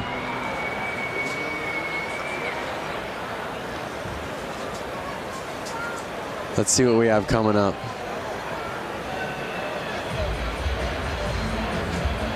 Oh! And just with so little weight between these guys' legs, it's like finding that balance. He's gonna feel that on Monday.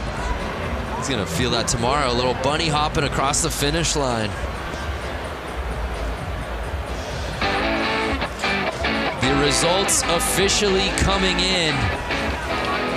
And it was Andy Pickett, our fourth and final lead change, who was able to take the top spot away from Logan Schwenker. What a race, a crowd pleaser.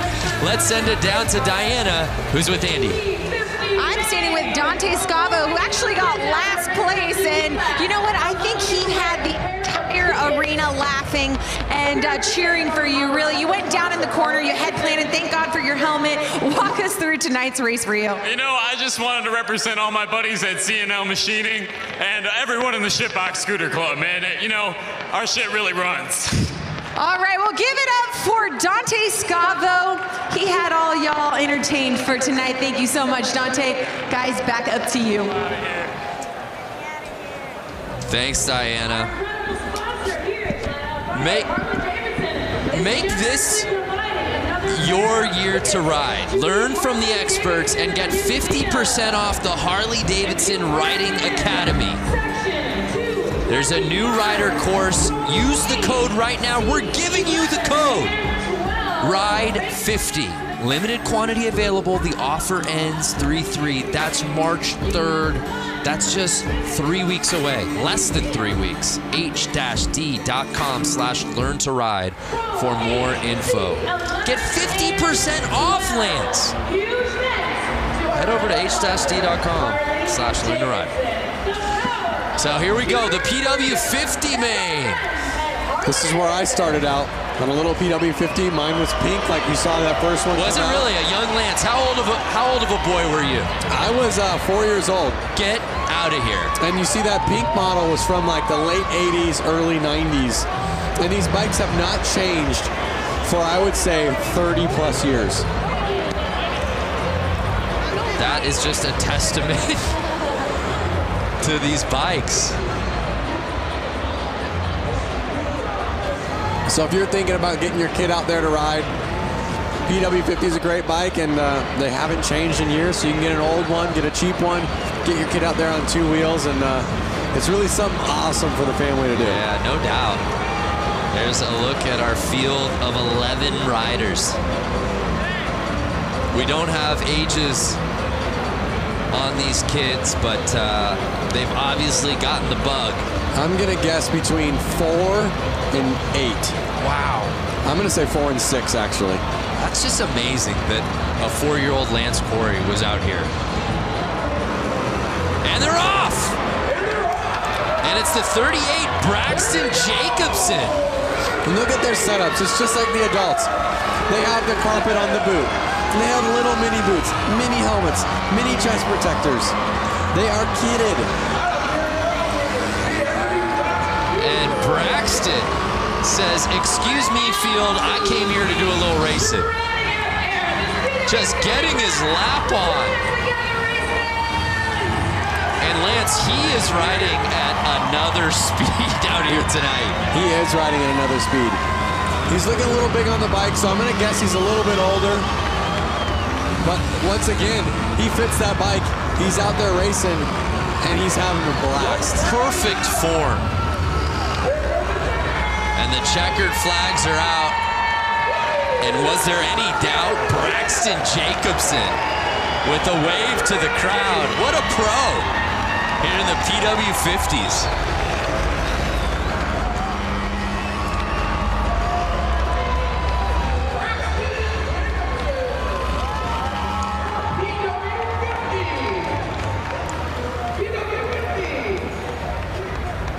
How epic. And he didn't have the inside positioning to start that race. He had to come from middle of the line there to get that hole shot. He had his eyes on the prize. That's a fact. It's so inspiring to watch this. My daughter's 2, and It definitely gets me excited to get her on a little mini motorcycle like that. You don't have yours from when you were racing at 4, do you? It's got to be in a garage somewhere. I don't have it, and I regret not having the chance to keep it, but I was 4, so if my parents sold it, they probably sold it to get me a bigger bike. But you know what? Let's try something right now. If you're watching this and you bought that bike 20 years ago, get in touch with us. Just comment. At Lance Corey. Yeah. Just say, hey, I got your bike. You don't even have to sell it back. Oh, you're actually looking for the person Yeah, with I'm looking for the original bike. Okay. Yeah. I like that. Well, it's been a great night of racing so far, and with plenty of action still to come. Let's take a moment now to get to know a very special family of riders in the Harley community in a series we like to call Beyond the Track. My wife, her name is Liz. Our first date was actually a motorcycle ride. From there, we just knew that we both loved two wheels. We have 2 sons. One's name is Charlie, and the younger one is Oliver. Immediately, those guys both loved motorcycles. Whoa, big wheelie. And they would see Dad riding down the road, or Mom on her Harley riding down the road. It just keeps us energized and excited as a family to get out and just be on 2 wheels together. It was just in their blood immediately. Eventually, we bought the little Harley-Davidson Power Wheels. Had a blast on those, doing donuts and all that sort of thing. From there, it just took off. Flat Out Friday is a non-stop, action-packed show for kids and adults of all ages. So this year, I'm going to be racing in the amateur 450 class. And then the boys are going to be racing as well. Now I get to be part of a pit crew, seeing as how my 4-year-old is racing his little PW50 this year for the first time. As a dad, seeing the kids out there and my wife getting out on her dirt bike, it brings me so much joy. Like, I'm just lucky that, you know, the boys got into it. I found a beautiful wife who loves it too. Now that is amazing, and that's what makes motorcycle racing and Flat Out Friday a truly family affair. You know, it's fitting, being in Harley-Davidson country, that Diana is joined by our next guest. Diana, who do you got for us? I'm standing here with some Harley-Davidson royalty. Bill Davidson, the great-grandson of William A. Davidson. It's an absolute honor to be standing here with you, especially here with the Flat Out Friday, the Mama Tried weekend. Thank you so much for coming. How has your week with Brewtown Throwdown been going so far? It has been outstanding. It's so exciting to be here tonight at Flat Out Friday. All the riders here, all the enthusiasts here, the excitement, you can hear it, you can see it. It's awesome. That's right. Well, you know what? We started our week off at Brewtown Throwdown. Then we head over to the museum, go to the restaurant, all that good stuff. You are the vice president of the Harley-Davidson Museum. If someone has never been there, what can they expect when they go there? Well, the Harley-Davidson Museum is like a treasure chest. It's over 115 years of Harley-Davidson. So you can just imagine the motorcycles, the memorabilia. We've got special products like Elvis Presley's Sportster. We've got a double-engine knucklehead called King Kong. Peter Fonda's Easy Rider motorcycle. It's an amazing place to come and visit and experience what Harley-Davidson has created over this 115-year time span. It's outstanding. It really is outstanding. I hung out at the museum during the 115th anniversary. I was busy nonetheless. I didn't even have to leave the museum because if I wanted lunch or dinner, I could just head over to Motor. There's so much more to do at the museum than see the museum. Absolutely. There's a great restaurant called Motor. There's a bar called the Can Room. We've got so many events that take place. We do bike nights there.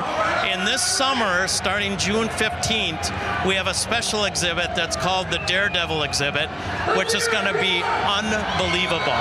Some of the things that we're bringing in, like Evel Knievel's XR750. We have a motorcycle that's rocket powered with helicopter blades, and it was designed to jump Niagara Falls.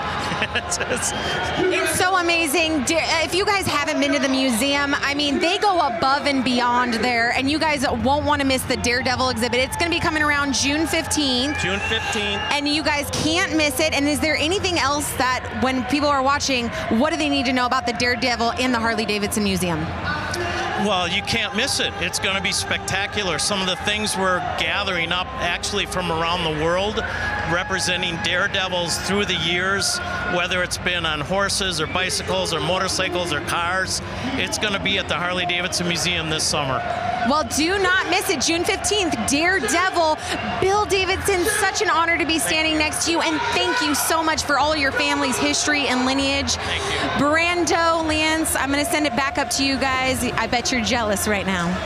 We are peanut butter and jealous is what we are. And the Harley-Davidson Museum is worth the trip to Milwaukee alone. Whether you own a Harley-Davidson, whether you rode motorcycles or not, it is an institution. We love going there. I love the Harley-Davidson Museum. I love the food that they have there. I love the memorabilia that you can buy. Well, tonight's broadcast is brought to you by the all-new electric Livewire. Plug into a new kind of thrill. Discover more at h-d.com/livewire. And by Eagle Rider Rentals and Tours. With more than 150 locations in the United States, rent your dream bike for a road trip across town or across the country. Eagle Rider's the official U.S. provider of rentals and tours for Harley-Davidson Motor Company. Visit eaglerider.com to learn more. Well, the show moves on here at Flat Out Friday as we move on to our next class. It's time for the Women's Hooligan main race. Let's head back down to Johnny for a little report from the course. Johnny, how you been, man? Just down here watching the action. We got a full class of women hooligan bikes this afternoon. And to me, if you look at these women, there's not many over 5'10". I'm 6 foot, and these things are 500-pound motorcycles, and even me riding them around on the street, I get, intimidated. So these girls are jumping out here, and they're going to put on a show. The racing's going to be really good. Throwing these bikes around like they're mini bikes, make some good passes. I'm excited for this. Yeah, we are too. Well said. What a sharp lineup of motorcycles, Lance. Yeah, I'm looking at the start list right now and looking at the women out there. I see a name that's familiar, Kaylin Thorian. She is a professional skier. Right. Who loves to ride Harley-Davidsons. Clearly. The bike she's on is not even her bike. She flew here, asked to borrow one of the hooligan racers' bikes, so she's out on there on someone else's bike. She loves racing so much, she loves motorcycles so much that she found herself out here sans bike and just said, I'll figure it out. Yep, and she's right there, the number 46. You could see her about five women in. Four women in. Keep an eye on her. Also in this lineup, Hannah Lang, who went down on the final lap in her previous race. 2 down so far. Never a good thing to see on the first lap. They're running a red flag. Usually means pull over. Let's get this cleaned up. Everyone, let's restart this race. Yeah, that's a tough start. It's never a good thing to see people go down on the first corner. And we've been saying it, though. You get your laps in early, and then it's just so much of sit around and wait, and you finally get to that point. And it's such a buzzkill right out of the gate to go down. Oh, the man. adrenaline. Ooh. I'm worried. Was that Kaylin? I think that was Kaylin. Yeah, that was Kaylin who I was talking about. Yeah. And you also see... Look at her. Look at how tough she is. She's not scared. She wants to get back out there, but they need to get the bike straightened up. Right. She is tough. Kaylin Thorian, and she's trying to get back out there. Looks like she's going back out. Awesome. Love to see that. What did I tell you? Keep an eye on her. Again, what a story, traveling out here to Milwaukee without a bike. She just crashed somebody else's bike. Just crashed somebody else's bike who might be racing later tonight. We don't know. That's one of the Suicide Machine Co bikes. I'm not sure if they made it in the main or not. But you got to be a pretty nice person to, you know, let somebody go out there and race your bike. Again, they're just doing this for fun. Nothing serious. They literally are like, oh, you want to race my bike? Yeah, go race it. And then she just kind of comes like, sorry. I'm sure they're going to go up to her and go, wow, we're so stoked you got back out there. Look at her. Something's up with her shoulder, but she's back out there. Everyone's kind of cheering her on. She's ready to go. Her adrenaline is just pumping. You know she's gonna be sore. So we'll set it off. Take 2. And really, that underscores the fact that Hannah Lang, much like her previous race, got off to a fantastic start, and she does just that again, grabbing hole shot.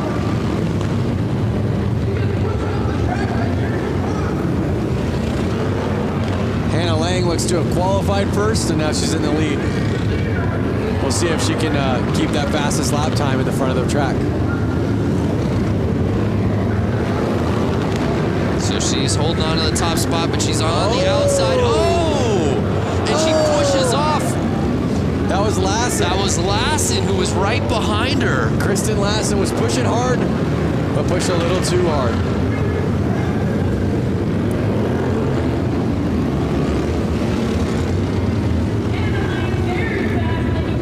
And now you're starting to see Lang lap. Orloff sitting behind her. But I don't know, it's still early, Lance, who's going to catch Hannah Lang?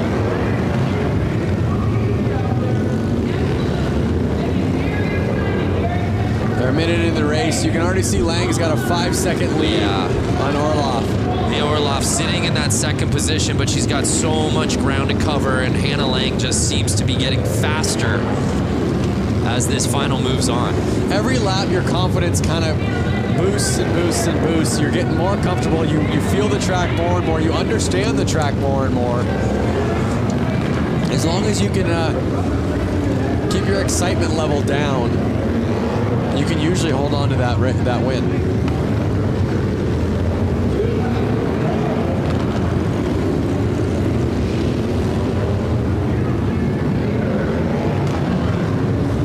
Two laps to go. Hannah Lang, can she go the distance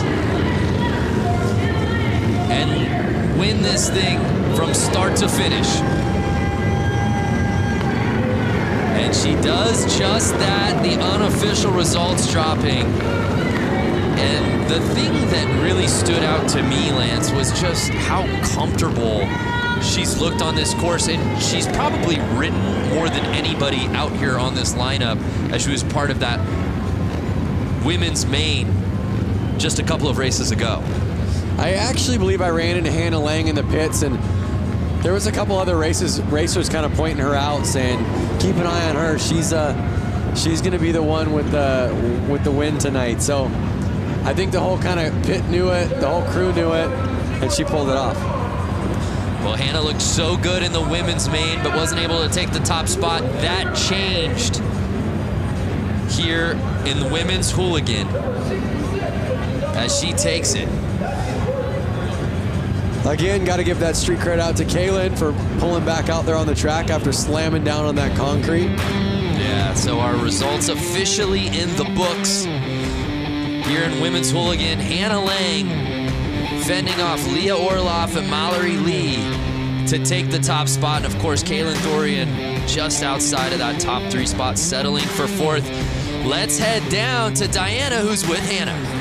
Standing next to the winner of not only this race here at Flat Out Friday, but at the 115th anniversary, she also won the Flat Out race. She's built this bike. Not only this, she dominates on the course. Hannah Lang, what makes you so superior to other women on the course?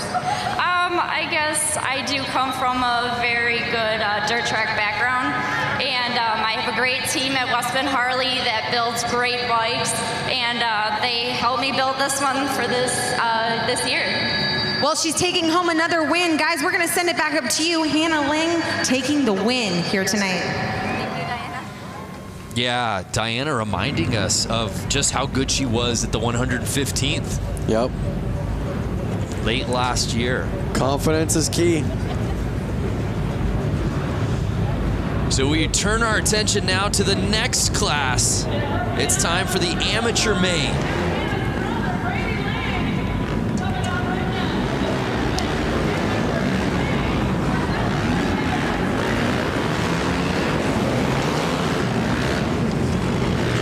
So the open amateur main featuring 12 riders.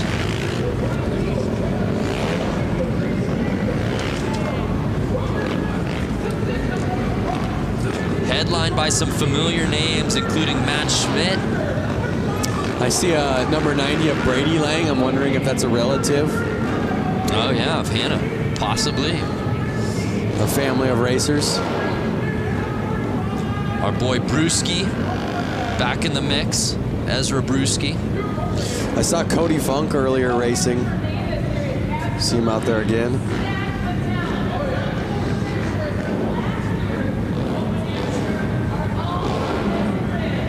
Our lineup set for the open AMs.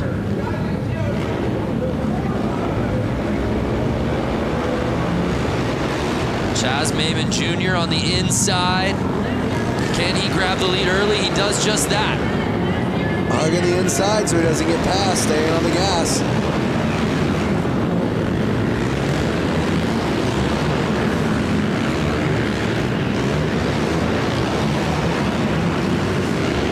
The nerves are up right now, 10 laps to go, and these guys are on the gas. They are wheel to wheel right now. Lang is on Chaz Maimon's heels. Can he catch him? And you see him, Lance, trying to get that inside, but Maimon not giving him any room. They are not letting off. They want to pass. It's such a tight track. It's so hard to pass, but we've seen it happen. It might happen. 6 laps to go. Look at how fast this race is going. And Maimon just continues to be relentless with holding on the inside. Lang's doing everything he can to push through.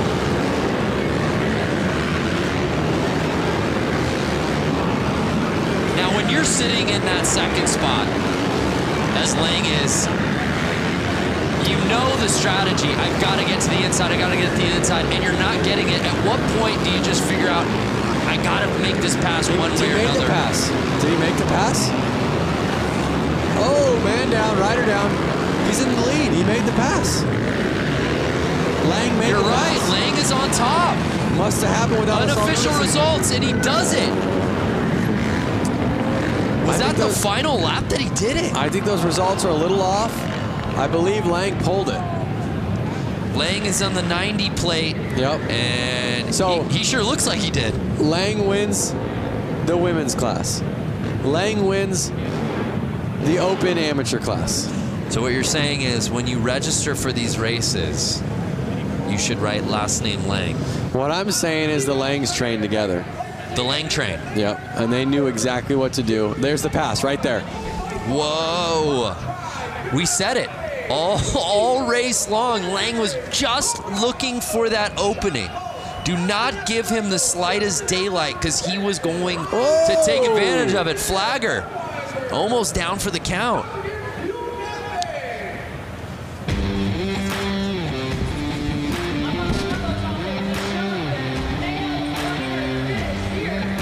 So it appeared that Brady Lang, when it mattered most on the final lap, was able to make his pass to the inside. Let's send it down to Diana. Here with Brady Lang, the winner of tonight's Flat Out Friday, but he also won at the 115th anniversary. Now here he won, making a clean pass on Maimon. Walk us through what happened. Well, he was leading, I was working on him, and he screwed up and I took advantage of it. Taking advantage of it. And I know for those of you watching on Facebook Live right now, you can't hear the crowd, but you know what? That one got him good. Is there anyone that you would like to thank and also congratulate your sister, both of you guys winning here tonight? Yeah, I'd definitely like to thank Southeast Sales, West Bend Harley, Spectral Oils, Bell Helmets, Trier Distributing, Moose Racing, Promotion, and that's all I can think of for now. All right, congratulations. Another Lang on the podium. Brando, Lance, back to you. Brady Lang is an absolute gamer. Diana, next time you ask the winner, I want to know like what they had for breakfast and lunch. Were they so nervous that they could barely eat, or did they load up? Yeah, what was the meal of choice today? Were you a guy? You obviously competed at the highest level at X Games, winning gold. How about nerves? How much did that play for you on race day and contest Nerves day? were huge, and I always tried to eat a super bland meal. I would eat rice, chicken, something that I knew wasn't going to mess my stomach up. I'm sorry, Lance. We'll have to continue this thought in just a second. I'm not quite sure what's happening here. Being in Milwaukee and hanging out, having a great time. I brought some of my guys with us. We're having a great time watching the riders in the back, watching the races, doing a great thing. We want to thank everybody for coming out tonight. Let you know we got a big show coming up at Turner Hall in September. We got a couple other big shows coming up. We hope to see you guys if you're in town. I want everyone tonight, have a drink, have a good time, get a little rowdy, get a little crazy. It's become rogue down here on the course. Diana, what's going on down there? You know what? I have a little bit of wrestling experience, and this to me looks like a showdown. Oh my goodness. You're so lucky, Brandon, that you're not down here because I feel like they would break you up into little pieces. Oh, wow. They would just chew you up. Tell me how you really feel. Jeez. Oh, no. They're not going to. Diana, they're not going to throw him on this table, are they? No. Whoa. Thank you, Milwaukee. Lance, the man has a family, Lance. What did they put in their Wheaties this morning, guys? That's what I want to know. They just threw that man on a table and broke the table. Was that Vance or Lance? Hey now, that was Lance's alter ego, Vance. You know, that's got me thinking, Diana, Lance. Obviously, these wrestler takeover. What would be your wrestling name? Diana, what would if you're wrestling? What would be your nickname? You know what? I honestly can't even answer that because I don't know. Why don't you give me a name, Brandon, right now? Give me a name. Diana. What rolls off the tongue with Diana? Dirty Diana. Okay, you said it. If you could say it, I could. That would be your walk-in music. Yes. Michael Jackson, Dirty Diana, right? I would even do the little hip thrust, you know, like little pop that he does. Woo! Ow! Lance is quiet. Look, you can't even get a word out. He's just. I was the one that went. Ooh. Oh, okay, you mean Lancelot? Lancelot. That was good. And it would be he would be like a knight theme, like sort of a middle-aged theme, Middle Ages. Exactly what I was just gonna say. He would come out to the Lancelot music, have a sword. Girls would love him. Diane, how's it going over there?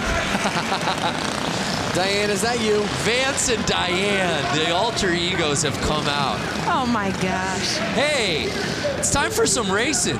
Who's ready for Boonie Man? Boonie, the best race of the night. Boonie Mains. Lance, you love this one. Talk to us about Boonie Main. Boonie Main, basically, they got to be on a pull start bike. It's got to have no suspension. I guess they probably get a rear brake on those things. It's kind of something that you would pull out of your shed with your lawnmower motor in it. It does sound like a lot of lawnmowers. Uh-oh. Oh, JJ Flaherty out in the lead with his white leathers. JJ Flaherty's a local out here. He is. He didn't make the main for the hooligan class, which I'm sure he's bummed about, but that's why he brought this bike out, because he wanted more laps and he wanted more racing. JJ Flaherty, an absolute fan favorite. I was walking the concourse earlier this evening, and kids were beyond stoked to meet him and get his autograph out here tonight. A lot of JJ fans here at Panther Arena. You see David Kilkenny right behind him. I've seen both of these bikes racing right at the peak for the last 4 or 5 years here. Can Kilkenny catch him? It looks like he was making the pass, but Flaherty. Oh, I think he did, Lance. I think this win.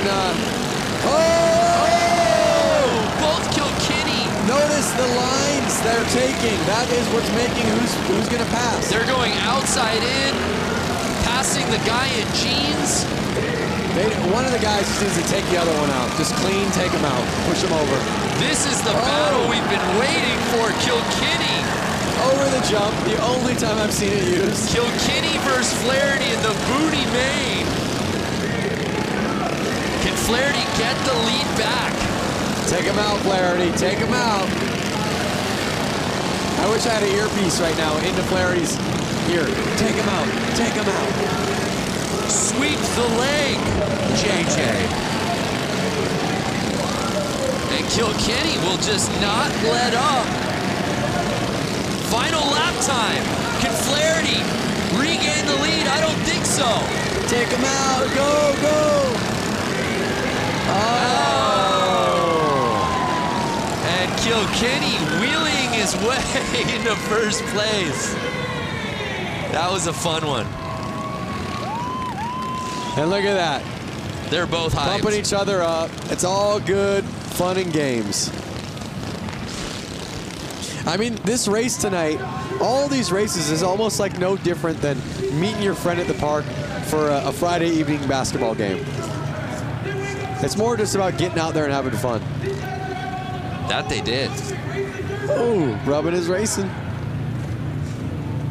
The Booney main.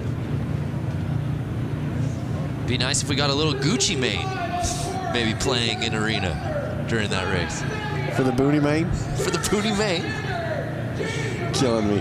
You're killing me. How about Flaherty looked unstoppable in that thing?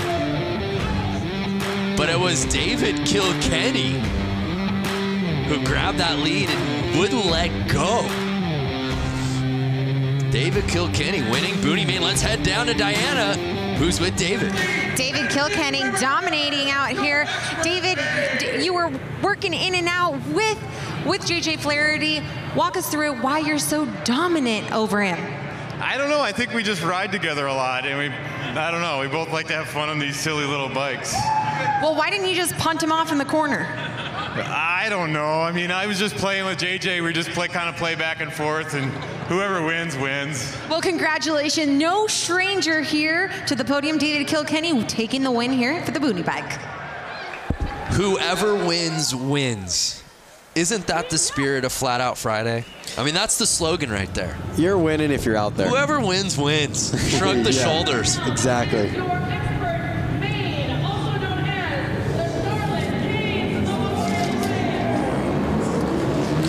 Now we're getting into the big dogs, Lance. Expert main. That means we've got to bring in our pro, Johnny.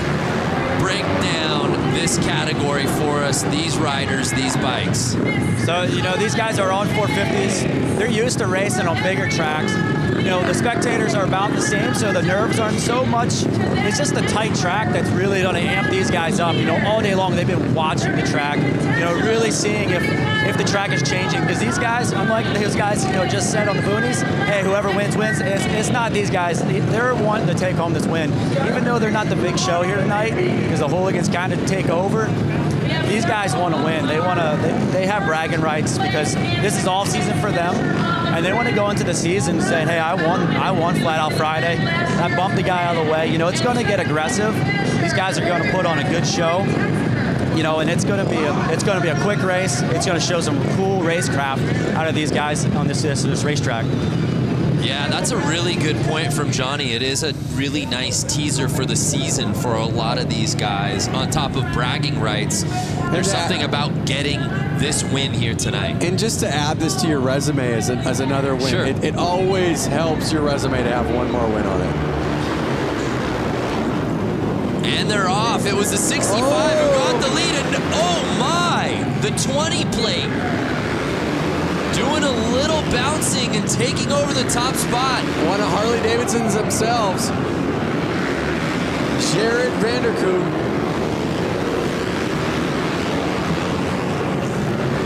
You see him. They're already getting into lap traffic. This is going to get gnarly. This is absolute mayhem here in the expert main. These bikes are never standing up at a 45 degree to the ground. They are actually at a 90 degree to the ground. They're at a 45 the whole time. I know you can't see it because there's not a camera. Lance literally pulled out a protractor out of his pocket and started putting the degrees to make sure he said it right. They are never getting they're staying at a 45 degree. They're never getting even to a 90 degree to the ground. So Vanderkooi in first place. Oh, a little tap. Like, get out of my way. As he's making the this. laps. Bronson Bowman behind him. Corey Texter sitting in third. And I don't know if Johnny's mic is open. Johnny, can you hear us down there? Hear you loud and clear, man. Yeah, talk to us so far. We're early in this race, man, but the level of Too racing. loud for me. I can't hear you guys. Oh, man. I really want to hear from Johnny on what's happening right now. That's how loud it is down there. Yeah. They are on the gas. Oh, he's down. He's down. And Vanderkooi going down, our current leader, no! Which creates an opening for Bowman. 22 laps left, though. Still plenty of time. The longest race we've seen tonight, but this may go by the quickest because of how fast they are going.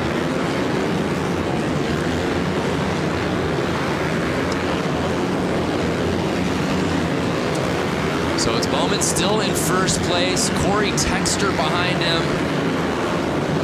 And you know who I don't see any side of, at least at the top, is the 69 plate, Sammy Halpert. Notice how fast these guys are changing positions right now.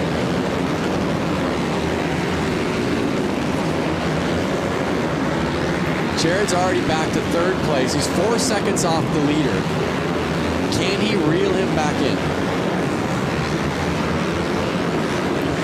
And Bowman is just full throttle on this track here tonight. And again, the mentality shifts, right?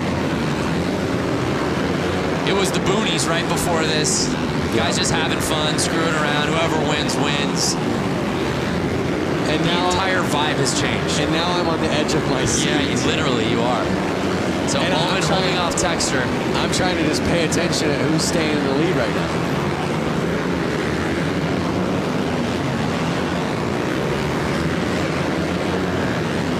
So Texter just over a second off.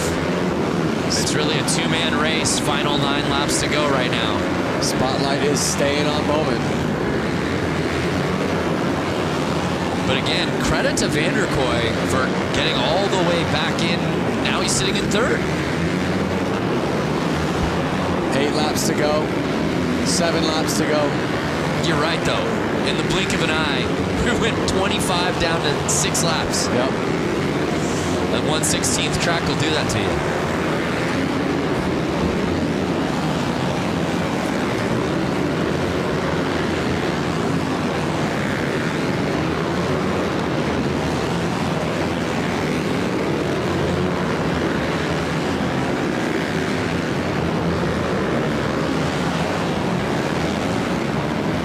So wait a second. I just had a realization. 1/16th track, right? Yes, sir. So if they're riding 25 laps, they're riding right about a mile and a half. Crazy. In 4 minutes. Just think about how fast that is. That gives you a perception idea of when you go run a mile on your feet. They're riding about a mile and a half in 4 minutes. 4 minutes and 37 seconds. I was told there would be no math. And with that, expert main in the books. And it was Bowman who was able to hold off Corey Texter and the rest of this field. And as Johnny said, bragging rights heading into the season. Johnny, can you hear us? Now let's calm down a little bit. Yeah, that was some talk to intense us. racing there. Talk to us about what went down. Sorry, I lost it there. Now I can hear you again. Yeah, Johnny, just your analysis of that race. As you said, early season bragging rights on the line. Yeah, you know, it was definitely a bar bag, and, you know, Vanderkoy just lost it there, spun out, leading the race, and then, you know, with Texter catching him, I don't know if you guys really caught on to that, but it came down close. I think, you know, if they would have had a little bit more laps, you know, that happened really fast. Our races are a little longer time, not laps, but time. Right. You know, these guys had enough energy to keep going, but it was, you know, it just ran out of time. But that was a good race. You know, you have to put up to these guys. Like, you know, they fall, but they're doing 7 seconds around this track. I don't know if you guys realize that, but it was 7 seconds of lap time with these guys. So they're traveling a lot of distance pretty quick in this little arena.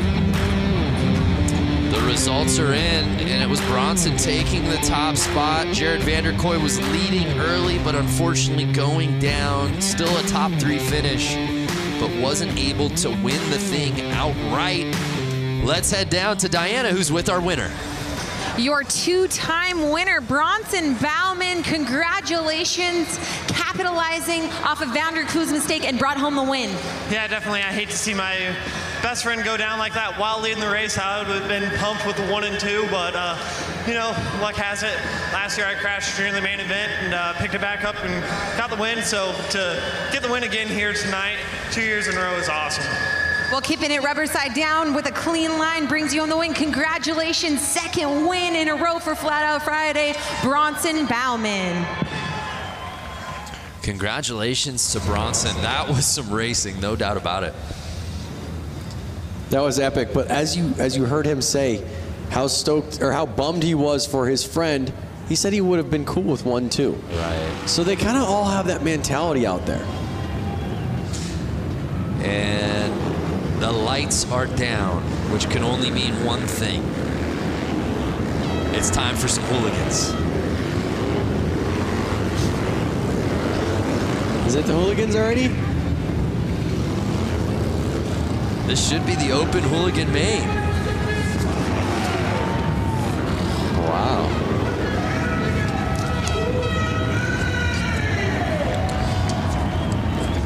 The night is going by so fast. Crazy. I'm like, we're already to the hooligan main? Really the foundation of Flat Out Friday. The spirit of this night of racing is really headlined by this class, Lance. A group of guys that really got this going from Southern California that made it kind of known in the social media world and showed the fun about it and showed that you don't need to take it too seriously. You can have fun. You can build these bikes in your garage. You can work all week. You can go out with your buddies and you can go race. And it's really caught on nationwide and I'm sure worldwide. And it's just so cool to see this class have 100 people sign up for it today. Unreal. So a lot of familiar names in this starting list, and they're off.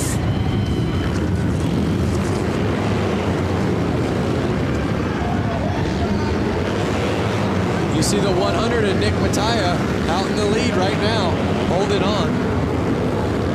Can he hold it on for the next 11 laps? Heverly right behind Mattia, but right now, Nick is building a sizable lead.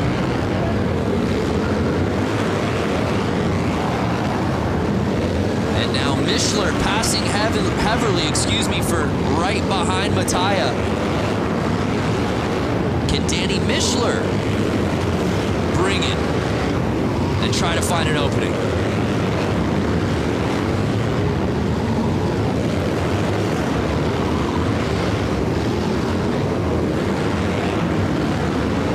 Laps to go, over halfway through the race.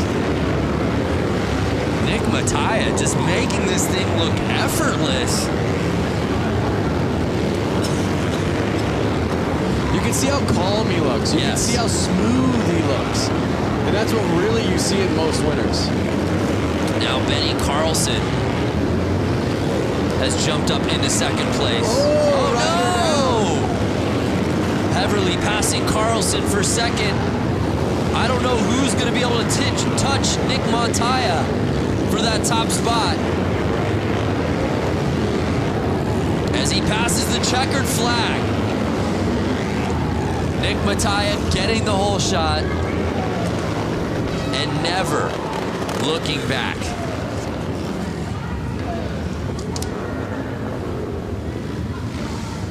Heverly taking second, and Mishler rounding out our top three.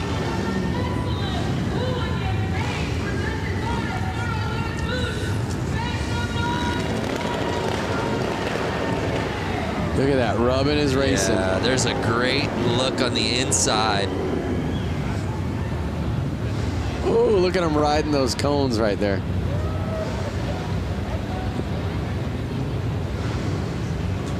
But Nick Mattia.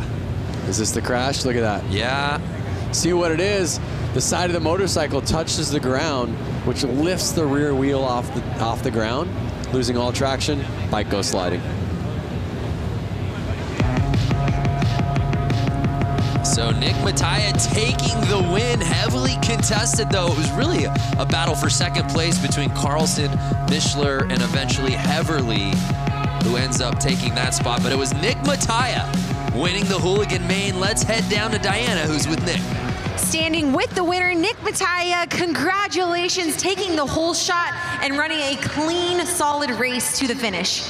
Yeah, thanks to my dad and everybody that helps me so much. I got a rocket start and was able to get out front and just kind of put in some consistent laps. You were just telling me that you pretty much came here and reclaimed the Mattia name.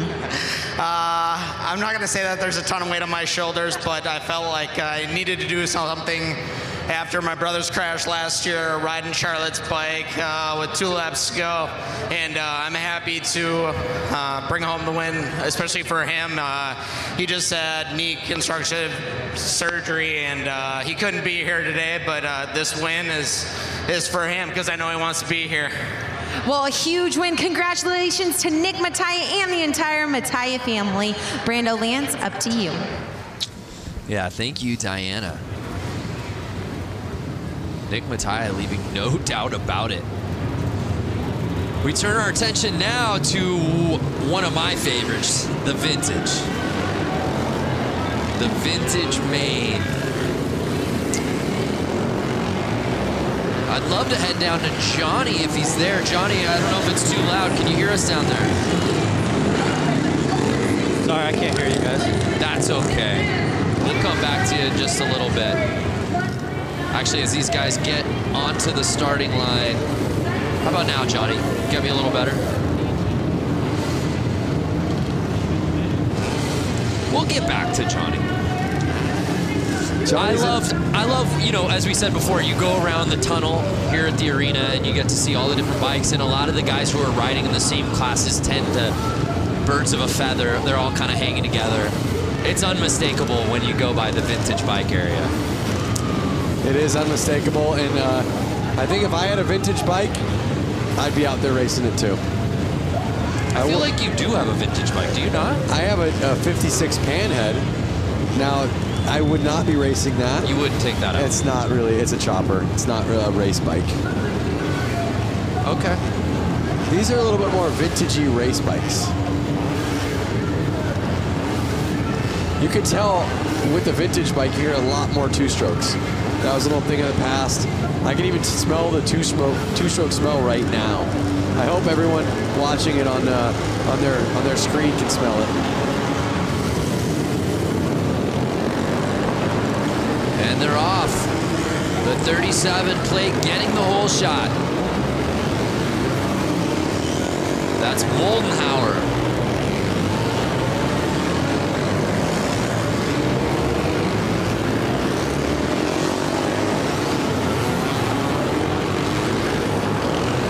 You know what was really neat, Lance, was watching this class out during the Harley-Davidson. Oh, look at that. Oh! Couple bikes down. I'm not sure if they've broken down on them. They're just not able to finish the race because how old the bikes are. To finish that thought, the Harley-Davidson 115th anniversary races, when we did the beach race, and seeing a lot of these vintage bikes out racing on the sand. That was incredible. So Moldenhauer really just kind of weekend cruising right now to the lead. Yeah, it doesn't look like anybody. Doesn't look like anybody's pushing too hard. I think those vintage bikes might be dropping some oil on the track, which is making all these riders go down.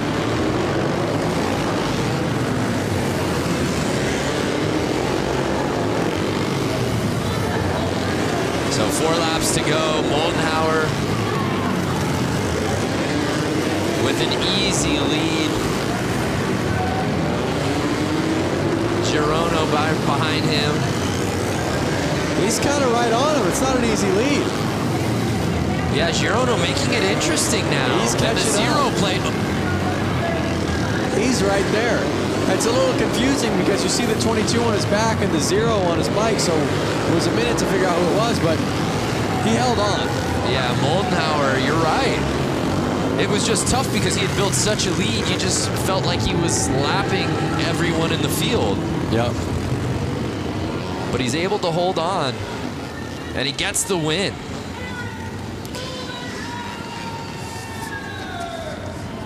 Next up's my favorite class. Name, Goofball. Yeah, I can't wait for that one. Same name that I call you. Yeah, Goofball. That'd be my wrestling name, I think. The Goofball.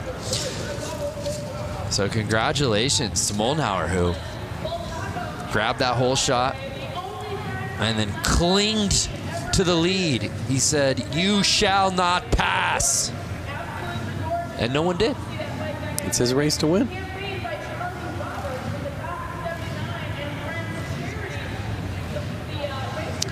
So the final results officially in. Let's take one more look at the standings from the Vintage Main. It was Eric Moldenhauer.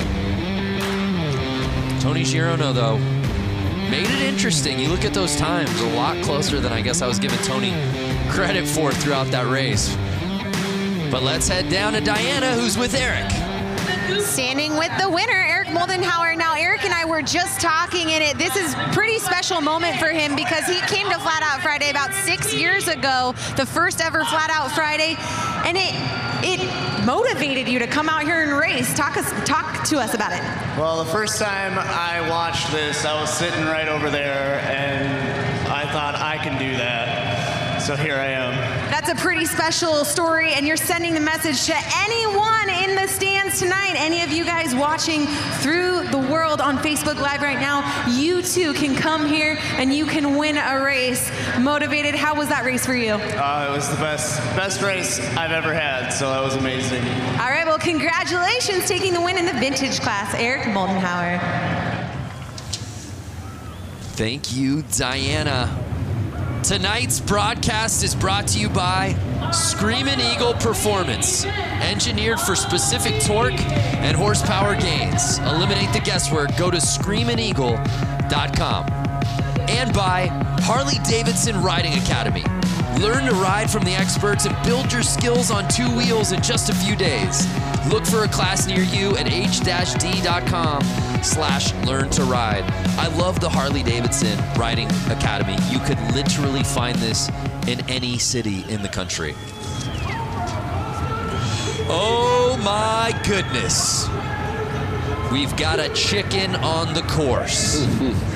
When you see it, you know it's time for the Goofball Main. If that bike in particular looks familiar, it should. I believe that's the cop bike that won this class last year. And was a pizza bike at 1 year. Yeah. That team comes out pretty strong every year with a pretty rad build. So for the uninitiated, this is our final class of the evening, the Goofball Main. Costumes on the riders, bikes dressed accordingly. I believe I see a Devo member out there. What would you call that with the red cap on him? Yeah, that's Devo. What's Devo? You don't know Devo? No. Please explain to me and the viewers that don't know. Do do do do do. You know the band that sings that song? Yeah. Whip It Good? Yeah. Yeah. That's what they wore. That's the costume. Oh, okay. Yeah. I didn't know that. Oh, did you think that was like such a nuanced thing that only I knew? I have no idea. I see a gorilla out there. I see 2 gorillas. Okay, well, yeah, I see. Was that it looked like Animal from the Muppets. That guy's like in like a Elton John Vegas show, and then the farmer on the chicken. And how about the back line? I feel like I see an abominable snowman. And they're off. Whoa! Oh! And it's the boa. The Vegas boa. Yeah, baby. Zastro. Look at him popping wheelies every lap. He thinks he's got it. Well, he's got 14 laps to go, so he better keep it safe. Dude, I'm getting a very 70s Elton John look to Zastro, who's in our lead.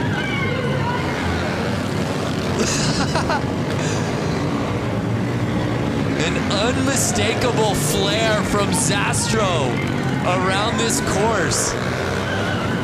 Oh, the chicken! The chicken hit the ground. The farmer could not control his chicken. What's the three-wheeler doing? Chicken's down. Elvis is running it. Who's going to catch the boas? As he's making his laps. Nine laps to go. I'm kind of hoping he makes somewhat of a mistake so somebody catches up to him. I just hope that he does win it so he can ask Diana during the winner's interview what exactly he's going for on this look. I want that lawnmower. Hey, Diana, can you hear us? I can hear you. I think what I am going to be asking him is just, was Elton his inspiration? I think he's going to say yes. But you know what? I really do have to give a shout out to the guy who's in the red jumpsuit, the number 77, John Dunbar. He actually works for Harley-Davidson, and he has this little boonie bike that he basically contrapted together. It almost looks like it has a sidecar. But guys, that's actually the engine. Oh, so no way! Both of his hand grips are his throttle, and I just got to give a shout out because he's one of my bosses at Harley-Davidson. So hey, pal, good job out there. Hey, pander when you can, Diana. No shame in the game. Oh, I did not realize that's actually not a sidecar, but the motor itself. That's amazing. I think he legit has two motors on it. Two engines on it, I should say. Bike's off to the side. Everyone's being goofballs. And I saw the checkered Did the checkered come out? The checkered came out. I don't know if there's confusion out on the course. I think they're just trying to get him off the track. Get your goofballs off the track. So Zastro. Uh-oh. Joe is freaking good land. He's letting it go. The farmer. Hey, if you can't burn out in the goofball class, when can you, Lance? He's trying to shut his bike off. Stop, stop. And you see the police lights shining through the kit. What came first, the chicken or the hen? I think the chicken. And they're not getting off the track. No, they're not. Can you blame them? I want to see a wheelie for an entire lap. It can happen. It can happen.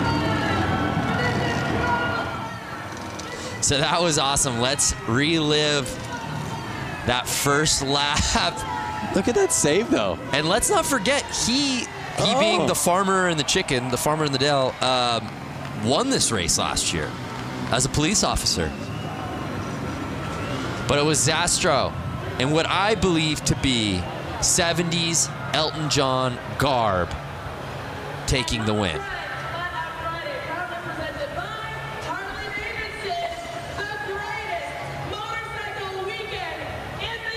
And again, you would wonder if the boas, just like tassels on some of the previous drivers, would inhibit the speed. It didn't do it at all. Look at how many guys are trying to stop Farmer from doing burnouts. Well, let's send it down to Diana, who's with our winner. You know, this whole time you guys have been calling him by his name, but it's actually wrong. It's Elton Ron, and Elton here has taken the win. This was a great class, and I just love that we have Elton in the flesh. Thank you. I'm just glad Harley brought me back after 16 years.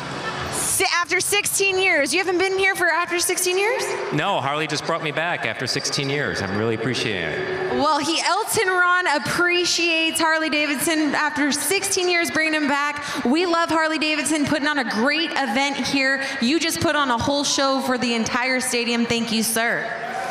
Thank you. I'd like to thank Andy Mock from Motoscoot. He completely did this. I just got back in town. The people that put this on, obviously, and Mike Pence, too. Awesome. Well, congratulations, Elton Ron, taking the win here for the Goofballs. I love it because Ron Zastro got the whole shot, got the lead, and then immediately went wheels up and just wanted to have a good time through that first lap. I just wanted one note from Elton Ron. Just one hit. Just one Rocket Man. Yeah. Rocket Man. What a night out here at Flat Out Friday. I hope you fans watching at home, have you enjoyed it as much as Lance and I have. Let's do a little social recoup if we can. I'd love to see what people were saying that we're watching. Ride with Peaks, 2:22 in the UK, and I'm hooked. This is amazing. Flat Out Friday. Please put my tweet on the Jumbotron. I love racing. That's all I ever wanted. Well, Cold Cucumber. I don't know if it got on the Tron, but you got on the screen on the big show, baby. It's madness here in Milwaukee. Yeah, yes it was. It smells like fast bike bulls in here. What a night of It's racing. been so much fun, Lance. Hey, let's head down to Johnny for his final thoughts on the night. Johnny, you made your broadcast debut. What'd you think of your first Flat Out Friday on the microphone? Wow, man, that was. I think that was the way to end a night. The racing all night long was incredible. I don't even know what to call that. I don't know if it was a race or just, it definitely fits the Flat Out Friday motto, And then this isn't even the end of the weekend, All these guys here tonight watching and hanging out. There's still bike shows and all this other stuff going on. So, man, for this event, come here to see the racing, let alone like having pros and the hooligans, having 100 hooligans split in between 3 classes. Now this event is just taking that racing to a whole different level in the wintertime when it's 10 degrees outside. This was an amazing event. Yeah, it didn't feel like 10 degrees inside. Thank you, Johnny. How about Diana Dahlgren, your final thoughts? What's your takeaway from Flat Out Friday 2019? You know what? Flat Out Friday 2019 was epic. And not only that, the whole week and the weekend continues after this. Lance and I, we got to do this amazing bike build-off. We went head-to-head for Brewtown Throwdown. And you guys, the fans, are going to be able to vote come Sunday. Social channels are going to be lit up with our 2 Harleys that we got to build here in Milwaukee this week. You guys are going to have to vote for Team Super Bob. No Vance, you're not going to win with Team Quick and Sleazy Easy Cheesy. Okay, guys, great weekend, and of course, having a blast with you and Harley-Davidson. So grateful for everything they've put on through the entire week. Thank you, Diana. Look at that, a shot across the bow to you. Go Quick and Easy. Vote for the red bike. Quick and Easy. Let's win, baby. So Lance, Corey, it was an amazing night. So many different classes. What stood out to you here on Flat Out Friday? I mean, being a dad myself, what stood out to me was honestly seeing the kids on the bicycles and seeing the kids on the PW50s. And again, they got to race and ride on the same track some of the leading class pros are racing on tonight. What an evening. So much good stuff. Our thanks to our friends at Harley-Davidson. For Diana Dahlgren, Johnny Lewis, Lance Corey, I'm Brandon Graham saying thank you so much for watching Flat Out Friday here from Milwaukee, Wisconsin.